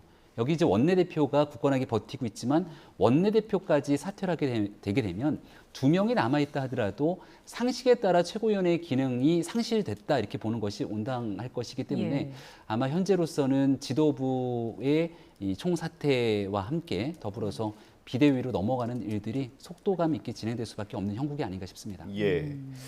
거기에 더해서 하나만 더 여쭤볼게요. 의총에서 이제 좀 중요한 결정을 내려야 되는 상황인데 이게 당의 어떤 진로를 선택하는 거지 않습니까? 근데 의총에서만 논의하는 게 괜찮을지 그 부분은 어떻게 보세요? 그러니까 통상 의총에서의 논의로 모든 것들이 결정될 수 있는 그런 법적 구속력을 갖고 있지는 않죠. 그러니까 당 전체 의견들을 수렴하기 위한 논의들도 필요할 텐데 그러기에는 현재 현실적인 상황에서 많은 사람들이 의견을 수렴할 수 있는 기구 장치들이 제대로 정비되지 않는 것도 사실입니다. 이런 경우에는 통상 과거에 있었던 전례들을 따져보게 되는데요. 우리가 2020년 총선에서 당시 미래통합당으로 이끌었던 선거에서 역사 속에 기록될 정도의 참패를 하고 당 지도부가 총사퇴를 하게 되죠. 그때도 주호영 원내대표가 선출되고 난 뒤에 원내에 있는 의총회에서 비대위에 김종인 비상대책위원장을 모셔와서 비대위로 갈지 말지에 대한 여부들을 논의했고 의총에 있는 의원들이 다 함께 결단을 내리고 혁신형 비상대책위원회로 당을 살려야 된다. 김종인 비상대책위원장을 모시고 와야 된다는 내용들이 결정이 되고 나면서부터 비대위가 급물살을 타게 됩니다. 앞서 말씀 주셨던 내용이 의총에서 그 내용이 나오더라도 최종적으로 전국위원회, 상임전국위원회에서의 의결이 될 때만 비상대책위원회로 나중에 이동될 수 있는 그 의결들이 되게 되는 거기 때문에 단순하게 의총에서 열리는 의원들의 목소리만으로 이 내용이 결정되는 것은 또 아니라고도 볼 수 있죠. 예. 자, 그럼 여기서 녹취 한 가지를 좀 듣고 오겠습니다. 지도부의 잇따른 사퇴 속에 애초 월요일에 열리던 최고위원회도 앞서 말씀해 주신 것처럼 열리지 않았습니다. 권성동 원내대표는 오늘 아침에 YTN 취재진과 만나서 현 상황에 대한 질문에 입을 닫았는데요. 이준석계 최고위원들은 반발하고 나섰습니다. 그 내용까지 같이 들어보고 오겠습니다. 누가 교감 좀 하셨어요? 그동안 최고위원이 어떻게 그저 대통령실 의중이 어디 있느냐 이거 찾기 바쁘거든요. 아니 집권 여당이 대통령실 뭐 심부름센터도 아니고 집권 여당이 어떤 최고위원들이 다들 대의명분에 의해서 움직여야지 왜 그저 권력의 어떤 것을 쫓으려고 대통령실 의중을 찾느라 바쁜지 저는 도저히 이해할 수 없었습니다. 저는 처음에는 설마 했거든요. 근데 이제 지금 와서 보니까요. 이준석 대표를 내쫓으려고 하는 거였구나. 그게 다 드러났다는 생각이 드는 거예요. 국민들께서도 이제 다 아시지 않겠습니까? 국민들 사이에서도 나눠지지 않겠습니까? 지금 우리 지도부도 다 나눠져 있지 않습니까? 그렇죠. 이제 그 자멸의 길로 가는데 어떻게 총선에서 이길 수 있겠습니까? 대변인, 이게 물론 뭐 상대당 이야기이기는 합니다만 네. 당내 그 여론은 어떻게 좀 수렴해야 될까요? 저희 당이요? 국민의힘이요? 국민의힘이요. 참 답답하긴 한데요. 조금 조언을 드리자면 저는 이 문제까지 오는 과정을 옆에서 지켜보면서 답답했던 건 정당 정치의 기능이 상실될 우려가 있다. 아까 이제 김용태 최고도 얘기를 했지만 윤심, 그러니까 윤석열 대통령만 쫓아가는 정당 정치가 되다 보니 정당이 제대로 돌아가려면 집단지성을 통해서 다양한 의견들을 통해서 국민들한테 어떻게 비춰질 것인가. 조금은 지금 집권하는 집권 정부에 대해서 여당이 쓴소리도 좀 하고 거기에 대해서 바로 가라고 해야 되는데 지금은 그런 사람이 없었어요. 예. 그리고 지금 따지고 보면 정미경 최고도 얘기를 했지만 이준석 대표, 그러니까 좀 쓴소리를 했던 이준석 대표가 눈에 가시였던 것이죠. 그래서 윤핵관들은 윤심만 보는 사람이고 이준석은 할 말을 했던 사람이다. 그래서 쫓아낸 결과가 이거 아니냐.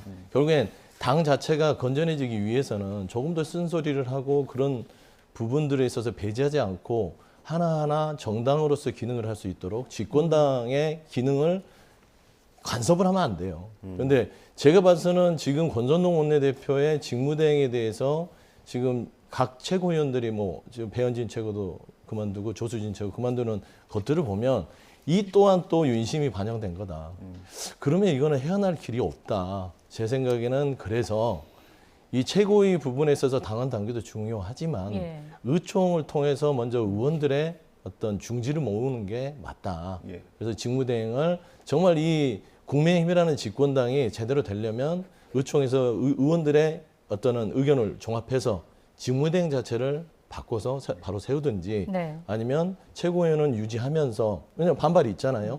그래서 전국위원회를 통해서 새로운 뭐 선출을 하든 아니면 어떤 다시 기능을 할 수 있도록 하는 방안도 있지 않겠냐라는 생각이 드는데 한 가지 정말로 이거는 고쳐지지 않으면 계속 이건 반복될 거라고 염려하는 부분들은 네. 윤석열 대통령께서는 그러니까 정당, 집권당 이런 부분에 있어서의 간섭을 그만두셔야 된다. 저는 그렇게 생각을 하고 있습니다. 간섭을 하면 안 된다라는 말씀해 주셨는데 사실 이렇게 지지율이 떨어지고 국민의힘 내부 상황이 굉장히 혼란스럽게 흘러가면서 대통령이 나서서 좀 수습을 해야 된다라는 목소리도 있었거든요. 교수님은 어떻게 보세요? 네, 대통령도 국민의힘의 당원이기 때문에 국민의힘 집권당과 함께 당과 정부, 대통령실 간의 관계를 원만하게 이끌어갈 책임이 있다고 생각을 합니다. 다만 이제 많은 사람들이 걱정하고 우려하게 되는 내용들은 과거부터 제왕적 대통령제에 대해서 비판적인 어조로 얘기해 왔을 때 집권당이 대통령만 보고 쫓아가게 되는 순간 정당 민주주의가 훼손될 수 있다. 네. 이 균형의 원리들을 잘 가져갈 필요가 있다 이렇게 생각을 합니다. 이준석 대표에 대해서 단순하게 쓴소리를 했기 때문에 이 대표를 좀 내치고 편한 사람들끼리 정치하려는 것 아니야 이런 의구심을 갖고 계신 분들도 있습니다만은 국민의힘에 있는 당내 여론들을 쭉 살펴보게 되면 지난 대통령 선거 당시부터 당무를 보이콧하고 대통령 선거 기간 본인의 목소리에만 너무 치중하게 얘기를 하고 생각이 다른 사람들의 얘기에 대해서는 조금 전 SNS에 글을 올린 것처럼 골룸, 정말 비유하기 어려울 정도의 단어들까지 써가면서 조롱하고 비하하는 이준석 대표의 정치에 대해서도 쓴 목소리를 제시하는 분들이 적지가 않습니다. 예. 그래서 이 모든 현재 상황의 다툼과 내분의 국면들이 정권 교체를 이뤄냈음에도 불구하고 그 미래를 보여주지 못했다라는 평가 때문에 지지율 하락 국면을 겪고 있기 때문에 한 사람의 책임이 아니라 모두의 책임을 임식하고 지금은 지도부가 현재까지 역할을 다 했다고 보는 것이 아마 보편적인 시각이 아닐까 생각을 하고요. 그렇기 때문에 지도부가 총사퇴가 이루어지고 나면 그다음 비대위 이후로 새로운 전당대회가 치러지게 될 거거든요. 예. 이준석 대표는 윤리위원회 징계로 6개월의 당원권 정지가 됐지만 지금 현재 만약에 가을 전당대회가 치러지게 되면 이준석 대표의 남은 임기 동안이 내년 6월 달까지밖에 전당대회 임기가 되지는 않을 겁니다. 예. 그럼 결국 총선을 앞두고선 또 전당대회가 치러질 수밖에 없을 것이고 그때는 이준석 대표도 6개월 당원권 정지를 벗어나서 얼마든지 출마할 수가 있겠죠. 결과적으로 누구든지 간에 여기에 대한 판단은 국민과 당원의 선택에 몫이 돼야 되는데 지금은 서로를 향한 내부 책임들을 돌리게 되는 이 눈살 찌푸리는 모습들이 현재를 규정짓고 있기 때문에 지금은 모두 다른 사람에 대한 책임을 언급하기 앞서서 조금이라도 책임감이 있는 사람이라면 고개를 숙이고 뒤로 물러서서 그 다음 기회를 위해서 자리를 내어주는 게 방법이 아닐까 싶습니다. 네. 잠깐만 뭐 제가 이준석 대표를 편들 이유는 없지만 예. 가만히 지켜보면 안타까운 게 이준석 대표가 얘기했던 윤핵관의 어떤 염려들이 지금 드러나는 거잖아요. 대선 경선 때, 그다음에 대선 후보 시절에 윤핵관을 옆에서 좀 이렇게 멀리해라라는 게 윤석열 대통령한테 조언이었어요. 근데 그 자체가 통하지 않았고 그래서 이제 갈등이 있었던 거잖아요. 예. 그리고 다시 이제 집권을 해서 봤더니 역시나 다를까 윤핵관들이 밀고 들어와서 이준석 대표를 몰아내고 제거를 했지 않습니까? 이게 따지고 보면은 우리가 합리적으로 지켜보더라도 이건 수순이었다. 그래서 저는 이준석 대표의 말이 일견 염려가 맞는 부분이 있다. 이유는 뭐냐면 국민의힘 내부에서 권력 쟁투하는 건 별로 관심은 없습니다. 남의 당의 부분이니까. 근데 따지고 보면은 이 국민의힘 내부가 혼란스러울 수밖에 없는 게 너무나 이게 안타까운 거예요. 왜 그러냐면 대선 지선 다 이겼는데 이렇게 당이 80일 만에 쪼개져서 비대위를 하겠다? 누가 납득을 할까요? 대선 지선 다 이겼으면 안정적으로 국정을 아름답게 할 수 있도록 서로 협력을 해야 되는 모습이 당연한 모습 아닐까요? 근데 이런 부분들은 결국에는 제가 봐서는 이 내부 총질이라고 윤석열 대통령께서 이준석 대표를 이미 규정하고 뭔가가 모종의 윤핵관들을 움직이는 보이지 않는 손이 있지 않았냐라는 게 이 불행을 초래한 단초다라는 좀 그런 생각을 하게 됩니다. 그래서 어느 정도 좀 예상이 됐던 부분이 있다라고 예, 그렇습니다. 보신 거고요. 예. 앞서 지지율 말씀을 해주셨는데 어떻게 나온 건지 저희가 그래픽으로 좀 준비를 해봤습니다. 함께 보면서 얘기를 좀 나눠보겠습니다. 예, 지금 이 그래픽 말고요. 금요일 갤럽 여론조사에 이어서 오늘 나온 KSI 조사가 있거든요. 네, 지금 보시는 부분입니다. 부정평가가 68.5%고요. 긍정이 28.9%로 긍부정 격차가 더 벌어졌습니다. 대통령 지지율이 흔들릴 때 당 지지율이 조금 받쳐주면 그래도 좀 국정이 덜 흔들릴 텐데 같이 떨어지는 상황입니다. 어떻게든 수습책을 찾아야 하는 상황인데 당장 대통령은 8.15 광복절 메시지나 취임 100일 메시지에 어떤 내용을 담을지 이 부분도 좀 고심을 하고 있을 것 같아요. 네, 이번 주가 휴가 기간이기 때문에 굉장히 좋은 적기를 맞고 있다고 저는 생각을 합니다. 네. 한 일주일 정도 쉼의 기간들을 가지면서 지금 현재 여론은 어떤 식으로 현 정부를 바라보고 있고 당은 어디까지 가고 있는지에 대한 면밀한 검토가 필요할 거라고 생각하는데요. 작년 6월 달 정치 참여 선언을 하고 적어도 오늘 이날에 이르기까지 단 하루도 제대로 쉬어보는 날이 없었을 겁니다. 좀 머리를 식히면서 어디서부터 문제가 좀 잘못 꼬였기 때문에 국민들께서 높았던 지지율에 대해서 등을 돌리게 됐는지를 판단하는 게 제일 중요할 거라고 생각합니다.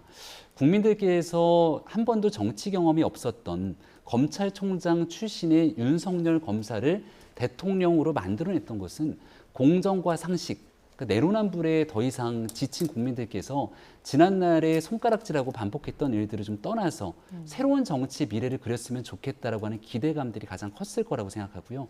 두 번째는 한때는 민주당에 있는 많은 인사들이 지지를 했던 인사이기도 하고 또 지금은 국민의힘에서 보수정당의 후보가 됐기 때문에 여러 사람들이 공정과 정의에 대한 기준 잣대를 가지고 윤석열, 사람에게 충성하지 않는다는 대통령 윤석열을 많은 사람들이 좋아하고 응원했습니다. 네. 그렇기 때문에 지금부터 가야 될 길이라는 건 국민 통합의 관점에서 어려운 경제 위기를 극복하고 국민들이 먹고 사는 일에 가장 우선적으로 역량 있게 해결책을 제시하는 정부를 만들어낼 필요가 있거든요. 예. 그런 관점에서 지켜보게 되면 주변에 있는 사람들을 좀 어떤 식으로 인적 쇄신하면 좋겠는지 주변의 부족한 공간들을 어떤 정책으로 채우면 좋겠는지에 대해서 답들은 하나씩 나올 거라고 생각합니다. 예. 공교롭게도 아마 이번 주에 문재인 대통령도 같이 휴가를 예. 떠나는 걸로 알고 있는데요. 네. 양산 사저 앞에 있는 사람들을 향해서 나 휴가 가니까 여기에 대한 안내도 했는데 사실 제일 좋은 건 제가 대통령의 참모라면 윤석열 대통령께 언제고 조용할 때 양산 사저도 한번 다녀오는 게 좋겠다라고 건의를 드리고 싶습니다. 예. 그러면서 앞에 있는 지지자들, 이렇게 시위를 하게 되는 사람들에 대해서도 국민 통합의 관점에서 좀 과거가 아닌 미래를 향해 나아갔으면 좋겠다는 메시지를 하나둘씩 낼 때 내가 왜 윤석열 대통령을 찍었는지에 대한 생각들을 다시 한번 가지게 될 수 있거든요. 예. 그러니까 좀 사고의 전환을 통해서 지금 있는 위기 상황들을 극복하기 위한 다양한 지혜를 이번 한 주의 휴가 기간 동안 많은 주변에 있는 사람들의 조언들을 좀 듣는 계기가 됐으면 좋겠다는 생각입니다. 직접 제안하실 수도 있지 않습니까? 네, 선거 때 같이 있었던 뭐 오랜 기회들이 있기 때문에 다만 여러 환경 여건들이 있어야 될 텐데 갑작스럽게 뭔가 하지 않았던 일들을 하게 되면 오히려 정치적으로 쇼하는 것 아니냐 이런 식으로 비춰질 수도 있을 겁니다. 선거 기간에도 그렇고 윤석열 대통령이 정치를 하는 과정에 이렇게 자연스럽지 않은 쇼를 연출하게 되는 것들에 대해서 부정적인 인식을 가졌는데요. 예. 왜 이런 일들이 필요한지 그리고 이런 방식으로 변화하는 일에 대한 당위가 어디에 있는지 또 지난날 선거 기간 동안 대통령이 후보실을 했던 메시지를 통해서 어떻게 국민들과 교감했고 국민들은 이런 윤석열 대통령을 지지했는지를 자연스럽게 또 여러 사람들이 의견을 전할 거라고도 생각합니다. 예. 아마 어떤 방식이든 쇄신과 분위기 전환이 필요할 텐데 대통령실 개편 얘기가 조금씩 나오고 있습니다. 필요하다고 보십니까? 매우 절실히 필요하죠. 그러니까 저는 이제 김병명 교수님 얘기를 하셨는데 김 교수님처럼 좀 그런 사람들이 좀 대통령 주변에 많았으면 좋겠어요. 보면은 이제 윤석열 대통령은 사람에 충성하지 않아서 국민들에게 인기를 얻어서 대통령이 당선됐다 하는데 왜 주변 사람들은 온통 사람에만 충성합니다. 그 사람이 윤석열 대통령밖에 안 보여요. 그러면 불행하죠.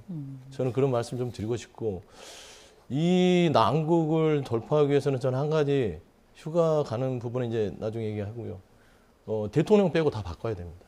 저는 그렇게 생각합니다. 그러지 않고서는 이 난국을 돌파하기 힘들다. 예.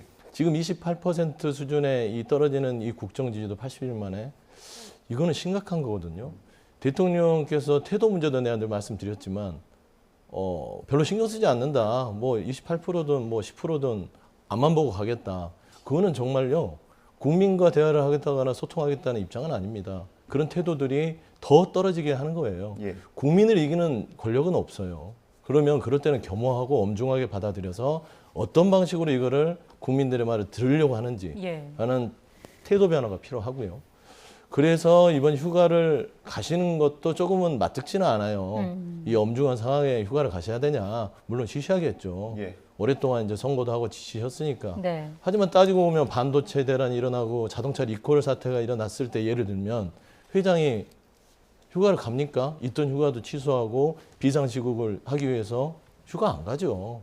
근데 가셨으니까 제발 가셨으면 좀 인적 개편이라도 좀 하시고 두 번째는 국민들이 28%, 20%대에서 왜 자꾸 이렇게 부정 시각이 더 많은가 이런 부분들에 있어서도 좀 심각하게 생각을 하셔서 태도 변화가 중요하다. 예. 그리고 꼭 말씀드리고 싶은 것은 이 정부의 이 추락하는 이 지지율은요 신뢰가 지금 사라지는 겁니다. 예. 그러니까 대통령이 그 내부 총질이라고 했던 부분들이 굉장히 실망감이 컸을 거예요. 앞뒤가 다르잖아요. 예. 그러니까 지도자는요 사람은 다 앞뒤가 완벽히 같을 수는 없습니다. 하지만 한 나라의 지도자는 앞에 하는 말과 뒤에서 하는 행동이 똑같아야 돼요. 그런데 이런 부분들을 권선동 원내대표의 문자를 통해서 윤석열 대통령께서는 도스태핑에서는 우린 당무는 신경 쓰지 않고 당에서 알아서 하는 일이죠라고 끊임없이 얘기를 해놓고 나서 뒤에서는 권선동 원내대표와 내부 총질을 하는 이준석 당대표를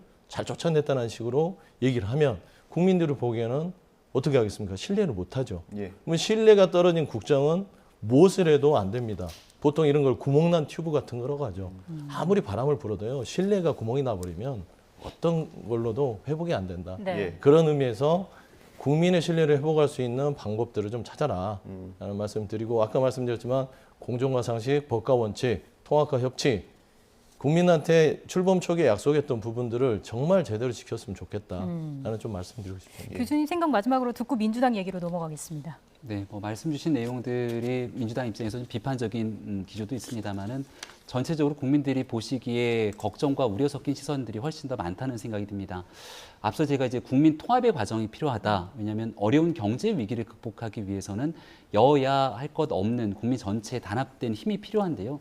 그러기 위해서 가장 우선적이어야 되는 건 우리 집안끼리의 갈등 국면이 없이 통합하는 일이 제일 중요할 겁니다. 근데 국민들께서 지켜보시기에는 집권당이 되고 난 뒤에 오히려 갈등이 훨씬 더 드러내놓고 싸우는 모습들이 국민께 실망을 끼쳐드린 것 같다는 생각 지우기가 어렵기 때문에 지금 이 내용에 대해서 네 탓이다, 내 탓이다 서로의 탓을 하는 순간 이 전쟁은 끝나지가 않을 겁니다. 그러니까 책임 있게 지금 이 순간까지 끌고 왔던 모두에게 책임이 있다라고 하는 생각 한 가지만 좀 분명하게 인식하고 난 뒤에 그 다음을 바라볼 수 있도록 심기일전하면 좋겠습니다. 예. 민주당 전당대회 얘기 마지막으로 좀 해보겠습니다. 아마 먼저 발언하실 기회를 드려야 될 것 같은데 이재명 의원이 몇 가지 좀 발언을 놓고 좀 논란이 되고 있습니다. 뭐 보셨을 것 같은데 어떻게 평가하십니까? 네, 구설수에 오르는 발언들이 많죠. 예. 최근에는 저소득층, 저학력, 그리고 고소득층, 고학력 이렇게 좀 뭔가 선거를 두고 갈라치는 듯한 발언들을 다시 한번 꺼내서 구설수에 올랐고 예. 구설수라고 표현하는 이유는 상대 정당 측에서의 얘기뿐만이 아니라 내부에 있는 당권 주자들 사이에서도 혐오 발언이라고까지 나왔기 때문입니다. 지금 보고 있는 내용들처럼 그 발언에 대한 기본적인 배경에는 이재명 후보가 선거 과정 그리고 그 이후 언론에 관한 문제를 제기하고 있는데 이들이 우리를 찍어야 되는데 이재명 의원의 인식은 언론에 편향된 상황들 때문에 찍어야 될 표들이 잘못 가고 있다 이런 인식으로밖에 비춰지지 않습니다. 그렇다면 고소득 고학력층 같은 경우에는 이 언론에 대해서 뭔가 편향적인 내용들을 잘 가려서 골라낼 수 있다는 의지가 있는 건지 생각해보게 되면 이재명 의원의 발언에 대해서 곱씹어갖고서 비판할 수 있는 여지들이 너무나 많이 존재하고 있거든요. 또 이재명 의원에게 굉장히 우호적으로 얘기하는 공영방송 등에 대한 과거의 언론의 편향적인 보도가 있었을 때는 또 이런 문제 속에서는 적극적인 이재명 의원이 비판을 하진 않았던 기억들이 납니다. 그래서 이제 언론에 관한 문제뿐 아니라 저소득층과 고소득층 이렇게 가진 자와 가지지 못한 자를 갈라치게 하는 듯한 발언을 꺼내놓는 건 선거에 나가서 앞서 통합을 얘기해야 되는 또 민주당 우리 대한민국 운영하는 중요 축 제1야당 입장에서도 전혀 바람직하지 않기 때문에 이재명 의원의 이 같은 발언에 대해서 조금 고개 숙여 사과할 수 있는 계기가 됐으면 어떨까 합니다. 예, 이 발언의 논란 파장이 어디까지 이어질지 그리고 어대명 분위기는 계속해서 이어질지 이걸 좀 또 봐야 할 텐데 일단 관건은 박용진, 강훈식 두 후보의 단일화인데 지금 상황에선 또 조금 삐끗하는 것 같고요. 어떻게 봐야 될까요? 원래 단일화 그렇게 하는 거예요. 뭐 처음부터 말씀한 대로 박용진 의원이 후보가 제안을 하면 강훈식 후보도 거기에 대해서 좋습니다 하시죠 이렇게 할 수는 없잖아요. 단일화라는 건 끊임없이 뭔가 서로 간의 치열한 주장들을 통해서 뭔가 좀 시너지를 내야 되지 않겠어요? 그래서 지금 현재는 단일화가 삐걱거린다고 보기보다는 단일화가 이제 초입에 들어섰다 보시면 될 것 같고요. 전체적으로 이제 전체 이 민주당의 전당대회를 봤을 때는 어대명 하는데 어떤 분들은 확대명이라고 하더라고요. 근데 그게 중요한 것보다는 이번 전당대회를 통해서 민주당이 어떤 담론을 끄집어낼 수 있느냐 이 부분이 중요할 것 같고 아까 김 교수 말씀했지만 이재명 후보라고 하겠습니다. 이재명 후보 자체가 얘기했던 그런 발언들은 솔직히 해가면서 적절하지는 않습니다. 바람직하지도 않고요. 하지만 이 부분을 가지고 뭐 이재명 의원에 대한 전체적인 인격적인 부분을 평가하는 부분들은 그 또한 옳지 않다. 그러니까 어떤 사람이라서 실수하는 부분들은 정치인으로서 이걸 반성하는 태도가 중요하죠. 그래서 한 단계 더 정치를 성숙할 수 있는 계기가 됐으면 좋겠다라는 말씀을 마무리하고 싶습니다. 그 마지노선이 언제죠? 한 3일 정도인가요? 단일화 마지노선이? 단일화 마지노선은 끝나기 3일 전이요? 아니 그러니까 그 어느 정도 효과를 내려면은 이제 뭐 관측들이 있지만요. 뭐 들어가기 전에 단일화를 내는 것도 있고요. 해 가면서 단일화를 논의하면서 더 시너지를 내는 방식들이 있습니다. 그거는 이제 두 후보 간의 단일화를 논의하는 과정에서 서로 간에 어느 정도 공통점이 있어야만 단일화가 진행되는 것이지 단일화를 시작하고 들어가자 이거는 너무나 이제 정치공학이라고 볼 수 있는 것이죠. 그래서 충분한 뭐 3일 첫 시작을 합니다. 그러면 3일 이후에 한 두세 번 정도 하면서 현장 분위기를 보고 단일화 요구가 있을 때 그게 더 조금 더 단일화에 뭐 시너지를 낼 수 있다. 그렇게 보시면 될 것 같습니다. 이게 논의 과정은 뭐 당연한 거고 1대1 양자 대결 구도로 재편이 되면은 역전극까지도 가능할 거라고 보십니까? 그렇게 되면 재밌게 되겠죠. 그래서 그런 거를 기대하고 단일화를 하는데요. 그게 긍정적인 경쟁이라면 창조적 갈등이라면 당연히 단일화를 통해서 그런 이런 뒤집는 역전극도 기대해 볼 만하다. 저는 그렇게 생각하고 있습니다. 교수님은 어대명 분위기가 뒤집힐 수 있다고 보세요?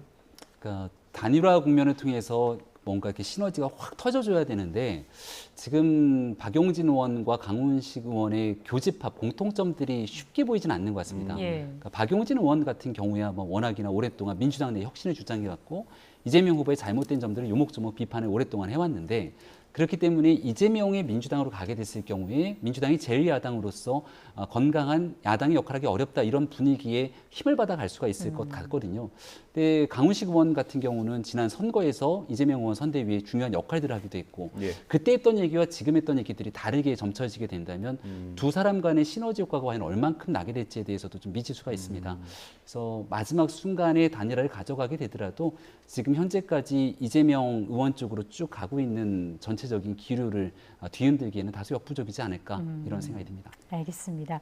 오늘 두 분 말씀 여기까지 듣겠습니다. 김병민 경희대 개건 교수, 서용주 더불어민주당 상근 부대변인과 함께했습니다. 고맙습니다. 고맙습니다.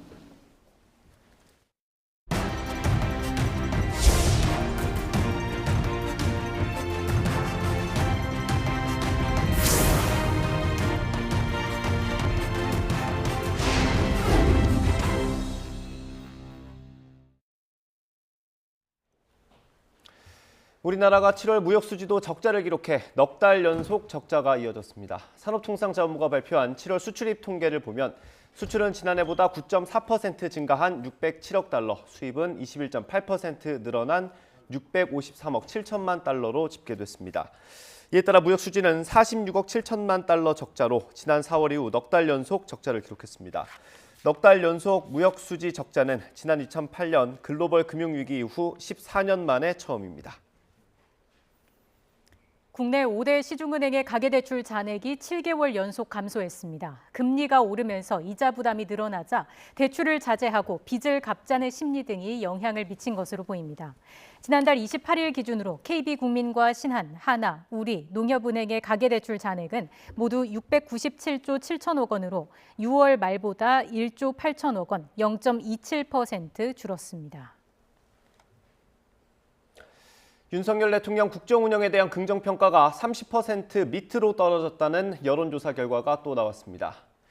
한국사회여론연구소 KSOI가 TBS 의뢰로 지난달 29일부터 이틀 동안 전국 만 18세 이상 유권자 1,003명을 대상으로 조사한 결과 윤 대통령 국정 운영에 대한 긍정평가는 28.9%, 부정평가는 68.5%로 나타났습니다. 긍정평가는 전주 대비 3.3%포인트 하락했고 부정평가는 전주보다 4%포인트 올랐습니다. 이번 조사에서 이준석 대표 징계 관련 윤 대통령의 의중작용 여부에 대한 질문에는 68.8%가 공감한다고 답했고 25.5%가 공감하지 않는다고 답했습니다. 이와 함께 리얼미터가 지난달 25일부터 29일까지 전국 18세 이상 유권자 2,519명을 상대로 조사한 내용을 보면 윤 대통령 국정수행 긍정평가는 33.1%로 집계됐습니다. 다만 조사기간 일간 지표를 보면 지난달 26일 긍정평가가 38.3%, 29일에는 28.7%로 긍정평가가 20%대로 하락했습니다. 자세한 내용은 리얼미터와 KSOI 홈페이지, 중앙선거 여론조사심의위원회 홈페이지를 참고하시면 됩니다. 윤석열 대통령이 이번 주 여름 휴가 동안 휴양지는 가지 않는 대신 서울에 머물며 전국 구상을 할 예정입니다. 대통령실 관계자는 오늘 브리핑에서 윤 대통령이 사흘가량 지방에서 일정을 보내는 방안을 검토하다가 최종적으로 이같이 결정했다면서 휴가철에 대통령이 움직이면 해당 지역에서 휴가를 즐기는 사람들의 폐를 끼칠 수 있다는 점 등을 고려했다고 말했습니다. 대신 서울 서초동 자택에 머물면서 산책도 하는 등 휴식을 취하고 향후 전국 구상을 할 것이라고 전했습니다. 검찰이 문재인 정부 시절 탈북어민 강제 북송 사건을 수사 중인 가운데 경찰도 관련 고발을 접수해 본격적인 수사에 착수했습니다. 서울경찰청은 자유통일당이 문재인 전 대통령 등을 불법 체포, 감금 혐의로 고발한 사건을 최근 경기 북부경찰청으로부터 넘겨받아 수사하고 있다고 밝혔습니다.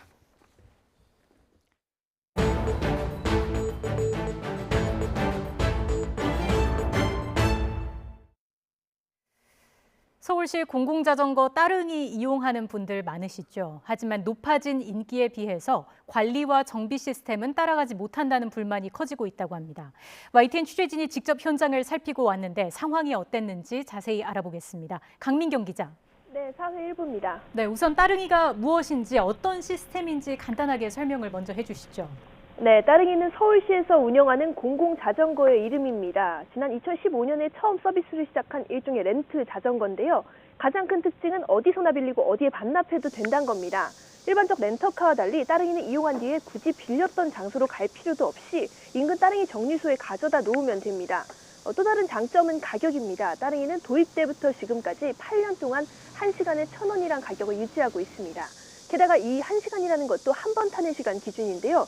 1시간마다 정류소를 들리기만 한다면 추가 비용 없이 다시 1시간을 추가로 이용할 수 있는 겁니다. 이 특징 때문에 사실상 따릉이는 서울시의 또 다른 대중교통으로 활약 중입니다. 실제로 최근 서울시 조사에 따르면 시민 3명 중에 1명은 따릉이를 탄다고 합니다. 네, 실제로 길 가다 보면 따릉이 타고 다니는 분들 어렵지 않게 찾아볼 수 있는데 실제 인기가 어느 정도인가요? 네, 따릉이의 인기를 한마디로 표현하자면 서울시 어디에서나 따릉이를 타는 시민을 볼 수 있다라고 할 수 있습니다. 한강공원에 가보면 자전거를 타는 시민 중 상당수는 따릉이를 이용하고 있다는 걸 알 수 있을 겁니다. 또 일반 도로에서는 더 쉽게 볼 수 있는데요. 특히 출퇴근 수단으로 따릉이를 이용하거나 지하철역에서부터 회사까지 따릉이를 타고 이동하는 시민들이 무척 많습니다. 높아진 인기는 수치로도 확인할 수 있습니다. 작년 기준으로 따릉이 회원수는 330만 명입니다. 2019년에는 172만 명이었죠. 그러니까 2년 만에 2배 가까이 폭증했습니다. 이용 실적도 2019년에는 1,900여만 건이었는데 작년에 3,200여만 건으로 늘었습니다. 네, 이렇게 이용하는 사람은 많은데 관리나 정비는 그만큼 따라주지 않는다고요. 그렇습니다. 분명 관리는 되고 있는데 원활하진 않다는 느낌을 받았습니다. 제가 출근 시간에 맞춰서 여의도를 포함한 주요 출퇴근 장소 인근의 따릉이 정류장에 가봤는데요. 가는 곳마다 페달이 부서져서 덩그러니 있거나 아니면 바퀴 보호구가 손상된 따릉이를 발견했습니다. 자전거 안전을 책임질 벨이 손상된 따릉이도 있었는데요. 실제 따릉이를 애용하는 시민들도 이런 비슷한 불편을 호소했습니다. 직접 들어보시겠습니다. 안장이 고정이 안 되는 경우가 좀 많았고요. 아니면 브레이크가 조금 헐거워서 꽉 잘 안 잡힌다거나. 이 밖에 따릉이 배치 문제도 눈에 띄었습니다. 출퇴근 시간 특정 대여소에는 100대가 넘는 따릉이가 몰렸는데요. 보행자를 방해할 정도로 가득 쌓여 있었습니다. 반면 오피스텔이나 지하철 입구 근처에는 대여소 서너 곳을 돌아다녀도 멀쩡한 자전거 한 대를 발견하기 어려웠습니다. 특히 퇴근할 때 여의도 같은 경우에는 그 따릉이가 남아있는 게 하나도 없어가지고 그런 게 이용할 때 가장 불편한 것 같습니다. 네, 들어보면 따릉이 사업 자체는 시민들의 사랑을 많이 받고 있는 것 같은데 관리와 정비가 제대로 이루어지지 않는 이유가 뭘까요? 일단 따릉이 사업 자체가 너무 커진 게 하나의 이유일 겁니다. 따릉이 사업이 도입된 지도 벌써 8년째입니다. 사실 그동안 따릉이는 공공시설치고는 정말 잘 관리되고 있는 서비스 중 하나였거든요. 서울시의 규모가 크고 또 따릉이 정류장만 해도 수천 개에 달한다는 점을 생각해보면 따릉이 서비스가 이 정도로 유지되는 것도 정말 많은 노력이 필요하다는 걸 알 수 있습니다. 다만 최근 들어서 따릉이 이용량이 폭증하다 보니 현재 정비 시스템으로는 감당이 안 되는 상황에 다다른 겁니다. 게다가 서울시는 따릉이 관련 예산이나 정비시설 등을 더 늘리지는 않고 있습니다. 2019년에 따릉이 사업 예산이 326억 원이었는데요. 작년에는 323억 원으로 오히려 줄었습니다. 정비 자전거 대수와 배송 건수도 2년 전과 별 차이가 없다는 걸 그래픽으로 확인할 수 있습니다. 이유는 결국 따릉이 사업의 수익성 문제인 것 같은데 연말에 따릉이에 광고를 부착하는 사업도 시작한다고 하던데 적자가 그 정도로 심각한 겁니까? 그렇습니다. 적자가 계속 늘어나고 있기는 합니다. 아무래도 공유경제 특성상 인프라는 계속 늘어야 하는데 이용료가 너무 저렴하다 보니 어쩔 수 없는 현상입니다. 2019년 기준으로 따릉이는 90억 원 적자였습니다. 그런데 2020년엔 적자가 99억 원으로 늘었고요. 작년 적자는 100억 원대를 넘어서기도 했습니다. 이렇게 따릉이 한 대를 정비하는 데만 평균 6천 원이 든다고 합니다. 그런데 빌리는 값이 1,000원이다 보니 이렇게만 봐도 수지가 안 맞는 사업인 거는 분명해 보입니다. 적자를 조금이라도 줄이기 위해서 서울시는 연말부터 기업 광고를 하겠다고 밝힌 상황입니다. 다만 이 기업 광고 수익이라는 게 2년 기준으로 13억 원 정도라서 적자를 메꾸기에는 부족하다는 평가가 나오고 있습니다.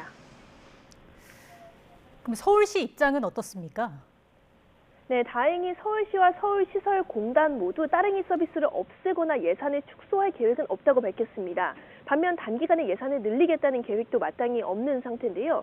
원래대로라면 서비스 이용이 2배 늘었으니 예산도 상응하게 늘리긴 해야 되는데 워낙 적자 폭이 커서 그만큼의 예산을 뒷받침하기는 어려운 것 같습니다. 다만 서울시 측은 예산 사용 방법을 변경하고 있다고는 밝혔습니다. 지금까지는 새 따릉이를 구매하는데 상당 부분의 예산을 사용했는데요. 이제는 따릉이 인프라 자체가 어느 정도 갖춰진 만큼 운영 예산을 늘리고 있다는 게 서울시의 대답이었습니다. 근본적으로는 서울시가 따릉이 사업을 어떻게 바라보느냐가 중요해 보입니다. 대중교통으로 본다면 적자 확대를 감수하고라도 시민의 안전과 원활한 이용을 위해서 세금과 예산을 더 투자해야 합니다. 반면 어느 정도의 사업성을 따지려고 한다면요. 따릉이 이용료를 대폭 향상하거나 서비스 인프라를 줄여야 할 겁니다. 정해진 예산을 어떻게 배분할지는 서울시가 판단하게 될 겁니다. 따릉이가 이미 시민의 일상에 들어와 있고 교통복지와 환경보호의 아이콘이 된 만큼 예산에서 적극적으로 편성해야 한다는 요구도 커지고 있다는 점 고려했으면 좋겠습니다. 지금까지 사회 1부에서 전해드렸습니다. 편의점에서만 구할 수 있는 상품들이 MZ세대들의 마음을 사로잡고 있습니다. 고물가 시대에 가성비 좋은 자체 제품도 불티나게 팔리고 있는데 편의점 상품이 뜨는 이유를 알아봤습니다. 윤혜리 기자입니다. 특정 편의점에서만 파는 소주입니다. 한 병에 13,000원인데 없어서 못 팔 정도입니다. 앱을 통해 실시간 재고를 확인할 수 있는데 이른 오전부터 반경 1km 이내 매장 60여 개 가운데 단 3곳을 제외하고 모두 동이 났습니다. 연예인이 개발에 참여했다는 스타 마케팅과 함께 발주 물량을 제한하는 희소성 전략이 주요했습니다. 유명한 사람이 오랜 기간 동안 연구해서 만들었다고 하니까 실제로 먹어보고 싶기도 했고 친구들 사이에서도 이게 먼저 먹어본 사람이 약간 우승한 사람처럼 그런 인기도 또 높아지고 그래서 다른 편의점 업체는 가성비 좋은 크림빵으로 소위 대박을 냈습니다. 지난 1월 출시된 이후 매달 100만 개씩 팔리고 있는데 크림이 가득 찬 빵의 단면을 찍은 사진이 SNS에 올라오면서 입소문을 탔습니다. 안쪽에 크림이 와 이렇게 가득 들어가 있습니다. 하나에 4, 5천 원인 도시락은 식당 점심값이 부담인 직장인들이 애용합니다. 편의점 음식도 요새 좀 퀄리티가 높아져서 그냥 빠르게 한 끼 해결하기 편한 것 같아요. 최근 편의점이 인기를 끄는 건 고물가 시대에 비교적 저렴한 상품도 있고 개성을 중시하는 MZ세대 맞춤형도 눈에 띄기 때문입니다. 인터넷에서 이슈가 된 걸 오프라인으로 찾으러 돌아다니는 보물찾기 하는 그러한 이제 소비 행태를 보인다 이렇게 볼 수가 있고요. 24시간 운영이 강점이었던 편의점이 더 젊은 고객들을 확보하기 위해 공을 들이고 있습니다. YTN 윤혜리입니다. 세계 도시정상회의에 참석하기 위해 싱가포르를 방문하고 있는 오세훈 서울시장이 용산 정비창 부지에 이어 종로 세운지구도 초고층 복합단지로 개발하겠다고 밝혔습니다. 용도와 용적률 제한 없이 고밀 복합 개발한다는 구상입니다. 김종균 기자의 보도입니다. 싱가포르의 관광 명소인 마리나베이에 있는 마리나원, 주거와 관광, 국제 업무 등 다양한 용도가 혼합된 초고밀 복합개발단지입니다. 4동 가운데 2동은 주거시설, 나머지 2동은 상업시설입니다. 단지 중앙에는 350종의 다양한 식물을 심어 공원처럼 꾸몄습니다. 용적률은 1300%에 이릅니다. 싱가포르는 마리나원의 계획 단계부터 땅의 용도를 정하지 않고 토지 이용 규제를 완전히 풀었습니다. 토지의 용도를 자유롭게 정할 수 있는 화이트 사이트를 적용한 것입니다. 오피스나 호텔 상업시설만 이렇게 덜렁하는 것보다는 주거랑 이런 서비스 아파트 이런 시설을 믹스를 함으로써 도심 공동화 현상 같은 거를 막을 수 있는 거죠. 독특한 외관을 자랑하는 마리나베이 샌즈도 화이트 사이트가 적용된 사례입니다. 마리나 원을 찾은 오세훈 시장은 용산 정비창 부지에 이어 서울 구도심에 낙후된 세운지구도 용도와 용적률 제한 없이 유연하게 복합 개발하겠다고 밝혔습니다. 화이트 사이트 제도의 장점을 앞으로 우리가 도시계획을 하는데 예를 들면 용산이라든가 또 세운상가라든가 하는 곳에 적용할 수 있으면 좋겠다. 오 시장은 또 서울이 세계 5대 도시로 도약하기 위해서는 도심복합개발 특례법 제정이 절실하다고 강조했습니다. 싱가포르에서 YTN 김종길입니다. 장애인 이동권 예산 보장을 요구해온 전국 장애인 차별철폐연대가 한 달 만에 출근길 지하철 탑승 시위를 재개했습니다. 전장에는 오늘 아침 7시 반쯤 서울 지하철 5호선 광화문역에서 9호선 여의도역을 거쳐 국회의사당역까지 지하철을 타고 이동했습니다. 활동가 70여 명은 목에 피켓과 사다리를 걸거나 몸을 쇠사슬로 묶고 이동식 쇠창살 안에 들어가는 퍼포먼스를 벌이며 내년도 예산안에 장애인 권리 보장 예산을 반영해달라고 촉구했습니다. 충남 아산에서 자녀 4명에게 수면제를 먹인 뒤 극단적인 선택을 시도한 엄마가 경찰에 붙잡혔습니다. 아산경찰서는 살인미수 혐의로 40대 A씨를 긴급 체포해 조사하고 있다고 밝혔습니다. A씨는 어제 오후 6시쯤 아산시 은봉면의 한 아파트에서 갓난아기를 포함한 자녀 4명에게 수면제를 먹인 뒤 극단적 선택을 시도하려다가 119에 신고해 경찰에 체포됐습니다. 오늘 새벽 3시 50분쯤 경북 영덕군 강구항 해상에 SUV 한 대가 추락했습니다. 신고를 받고 출동한 해경은 수중 수색 끝에 차를 발견했고 80대 A씨를 구조해 심폐소생술을 했지만 숨졌습니다. 블라디미르 푸틴 러시아 대통령은 극초음속 미사일 치르콘이 몇 달 안에 러시아 해군에 인도될 것이라고 말했습니다. 튀르키예 대통령실은 흑해를 통한 우크라이나 곡물 수출이 오늘부터 시작될 수 있다고 밝혔습니다. 김원배 기자입니다. 블라디미르 푸틴 러시아 대통령이 상트페테르부르크에서 열린 러시아 해군의 날 기념식에 참석했습니다.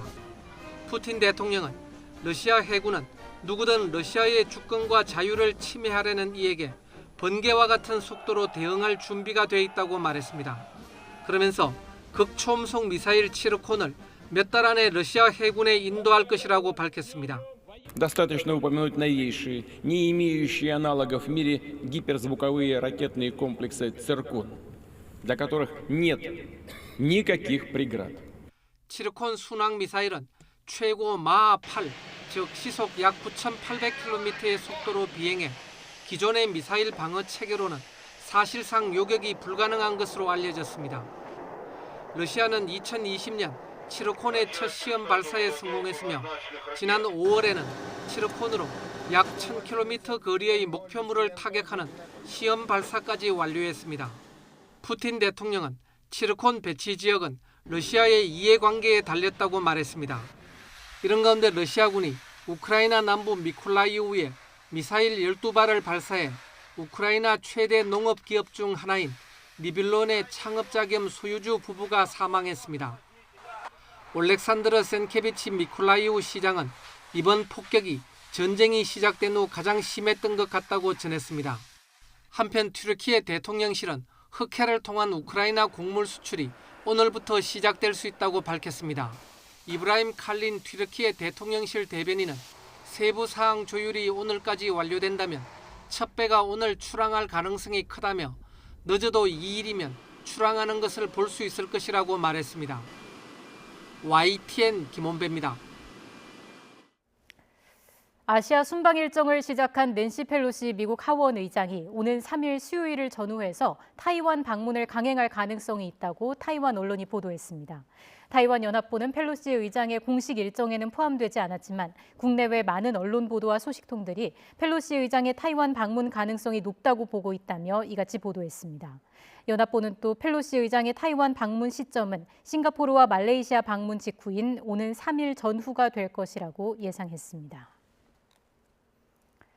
미얀마 군사정권이 국가 비상사태를 내년 2월 1일까지 6달 연장했습니다. 미얀마 군정은 국가 안정을 되찾고 총선을 준비하는 데 시간이 더 필요하다며 연장 이유를 밝혔습니다. 앞서 쿠데타 수장인 미나웅 훌라잉 최고사령관은 내년 8월까지 총선이 치러질 것이라고 말했습니다. 요즘 온라인 동영상 서비스 OTT를 중심으로 남성 간의 사랑을 그린 보이즈 러브, 이른바 BL 콘텐츠가 쏟아지고 있습니다. 드라마를 넘어 영화, 시트콤, 관찰 예능까지 등장했는데 세상 밖으로 나온 성소수자 콘텐츠, 여러분은 어떻게 생각하십니까? 최하영 기자가 보도합니다. 좋아하는 거 열심히 해보자 우리. 웹툰과 웹소설 등 숨어서 보던 보이즈 러브, BL 콘텐츠를 세상 밖으로 불러낸 건 OTT 드라마 시멘틱 에러입니다. 대학 캠퍼스에서 펼쳐지는 두 남학생의 로맨스 이야기로 OTT 플랫폼 왓챠에서 8주 연속 1위를 기록했습니다. 인기에 힘입어 영화로 개봉을 앞두고 있고 주인공인 두 배우는 국내 첫 OTT 시상식에서 인기 스타상을 받았습니다. 이런 흥행 속에 우리나라 첫 BL 시트콤도 등장했습니다. 이게 말로만 듣던 썸인가? 여기서 한 발 더 나아가 동성애, 양성애 등 실제 성소수자의 연애를 보여주는 관찰 예능 프로그램도 나왔습니다. 선뜻 입 밖으로 꺼내기 어려워 물밑 장르로 여겨졌던 BL 콘텐츠가 OTT를 중심으로 주목받고 있습니다. 장르적으로 다양한 시도를 할 수 있고 시청자가 능동적으로 시청 여부를 결정하는 OTT의 특성이 영향을 미쳤습니다. BL 콘텐츠가 이제는 어떤 특정 가치관의 세계관이 아니고 다양한 콘텐츠의 하나로 수용하고 인정을 받고 있다고 생각을 합니다. 우리 사회가 이제는 다름을 받아들이기 시작했다는 평가도 있지만 전통적 가치관에 반한다며 불편하고 걱정스럽게 보는 시각도 여전합니다. 특히 아직 성적 가치관이 형성되지 않은 청소년들에게 미칠 영향을 우려하는 목소리가 높습니다. BL 콘텐츠가 자칫 선정성이나 상업적 이익만 좇는 걸 경계함과 동시에 틀림이 아닌 다름을 어떻게 받아들일지에 대한 사회적 고민도 필요해 보입니다. YTN 최아영입니다. 배우 이정재 씨의 감독 데뷔작인 영화 헌트가 해외 144개 나라에 선판매됐습니다. 배급사인 메가박스는 일본과 대만, 홍콩 등 아시아를 비롯해 독일과 프랑스, 브라질, 멕시코 등 유럽과 남미 국가에서도 판권을 구매 작업했습니다. 오는 10일 개봉하는 헌트는 1980년대 안기부 요원 박병호와 김정도가 서로를 간첩으로 의심하며 벌어지는 이야기로 지난 5월 칸 영화제 비경쟁 부문에 초청됐습니다. 오전까지는 태풍이 몰고 온 강한 비구름이 유입되면서 전국에 많은 비가 내렸는데요. 하지만 오후에 접어들면서부터는 내륙은 비가 잠시 소강 상태를 보이고 있습니다. 현재 서울은 보시는 것처럼 구름만 많은 가운데 기온이 빠르게 오르고 있습니다. 현재 서울 기온은 벌써 31도까지 올랐고요. 비가 습도를 끌어올리면서 체감하는 더위는 더 심하게 느껴지고 있습니다. 푹푹 찌는 더위에 건강 잃지 않도록 각별히 주의해 주시기 바랍니다. 현재 자세한 레이더 화면을 살펴보시면 일부 남해안과 제주도에만 약하게 비가 내리고 있고요. 내륙은 비가 잠시 소강 상태를 보이고 있습니다. 하지만 밤사이에는 다시 비구름이 강하게 발달하면서 전국에 비를 뿌리겠는데요. 특히 새벽부터 오전 사이 중서부 지방에는 국지성 호우가 쏟아질 수 있겠습니다. 내일까지 예상되는 비의 양은 경기 북부 많은 곳은 최고 100mm 이상, 그 밖에 수도권과 영서, 지리산과 제주 산간에는 최고 70mm의 비가 더 내리겠고요. 그 밖에 전국으로는 5에서 40mm가 예상됩니다. 비는 내일 대부분 그치겠지만 중서부 지역은 모레 아침까지 이어지는 곳도 있겠습니다. 그제부터 지금까지 제주 산간을 중심으로 물폭탄이 쏟아졌습니다. 제주도 삼각봉에는 무려 870mm, 전남 구례에도 204mm의 큰 비가 내렸고 지리산에도 200mm가 넘는 누적 강우량이 기록됐습니다. 또 서울 도봉구에도 109mm의 많은 비가 내렸습니다. 비가 내리지만 33도 안팎의 무더위는 계속됩니다. 오늘 서울과 대전의 한낮 기온은 32도, 대구는 31도까지 오르겠고요. 당분간 이렇게 밤낮 없는 무더위가 이어질 전망입니다. 남해안 지역에는 초속 15m 안팎의 강한 바람과 함께 너울성 파도가 높게 일겠습니다. 해안가 접근을 자제하는 등 안전사고에도 각별히 주의해 주시기 바랍니다. 지금까지 YTN 윤수빈입니다. 이상으로 뉴스앤이슈 마치겠습니다. 잠시 뒤 더 뉴스가 방송됩니다. 시청해주신 여러분 고맙습니다.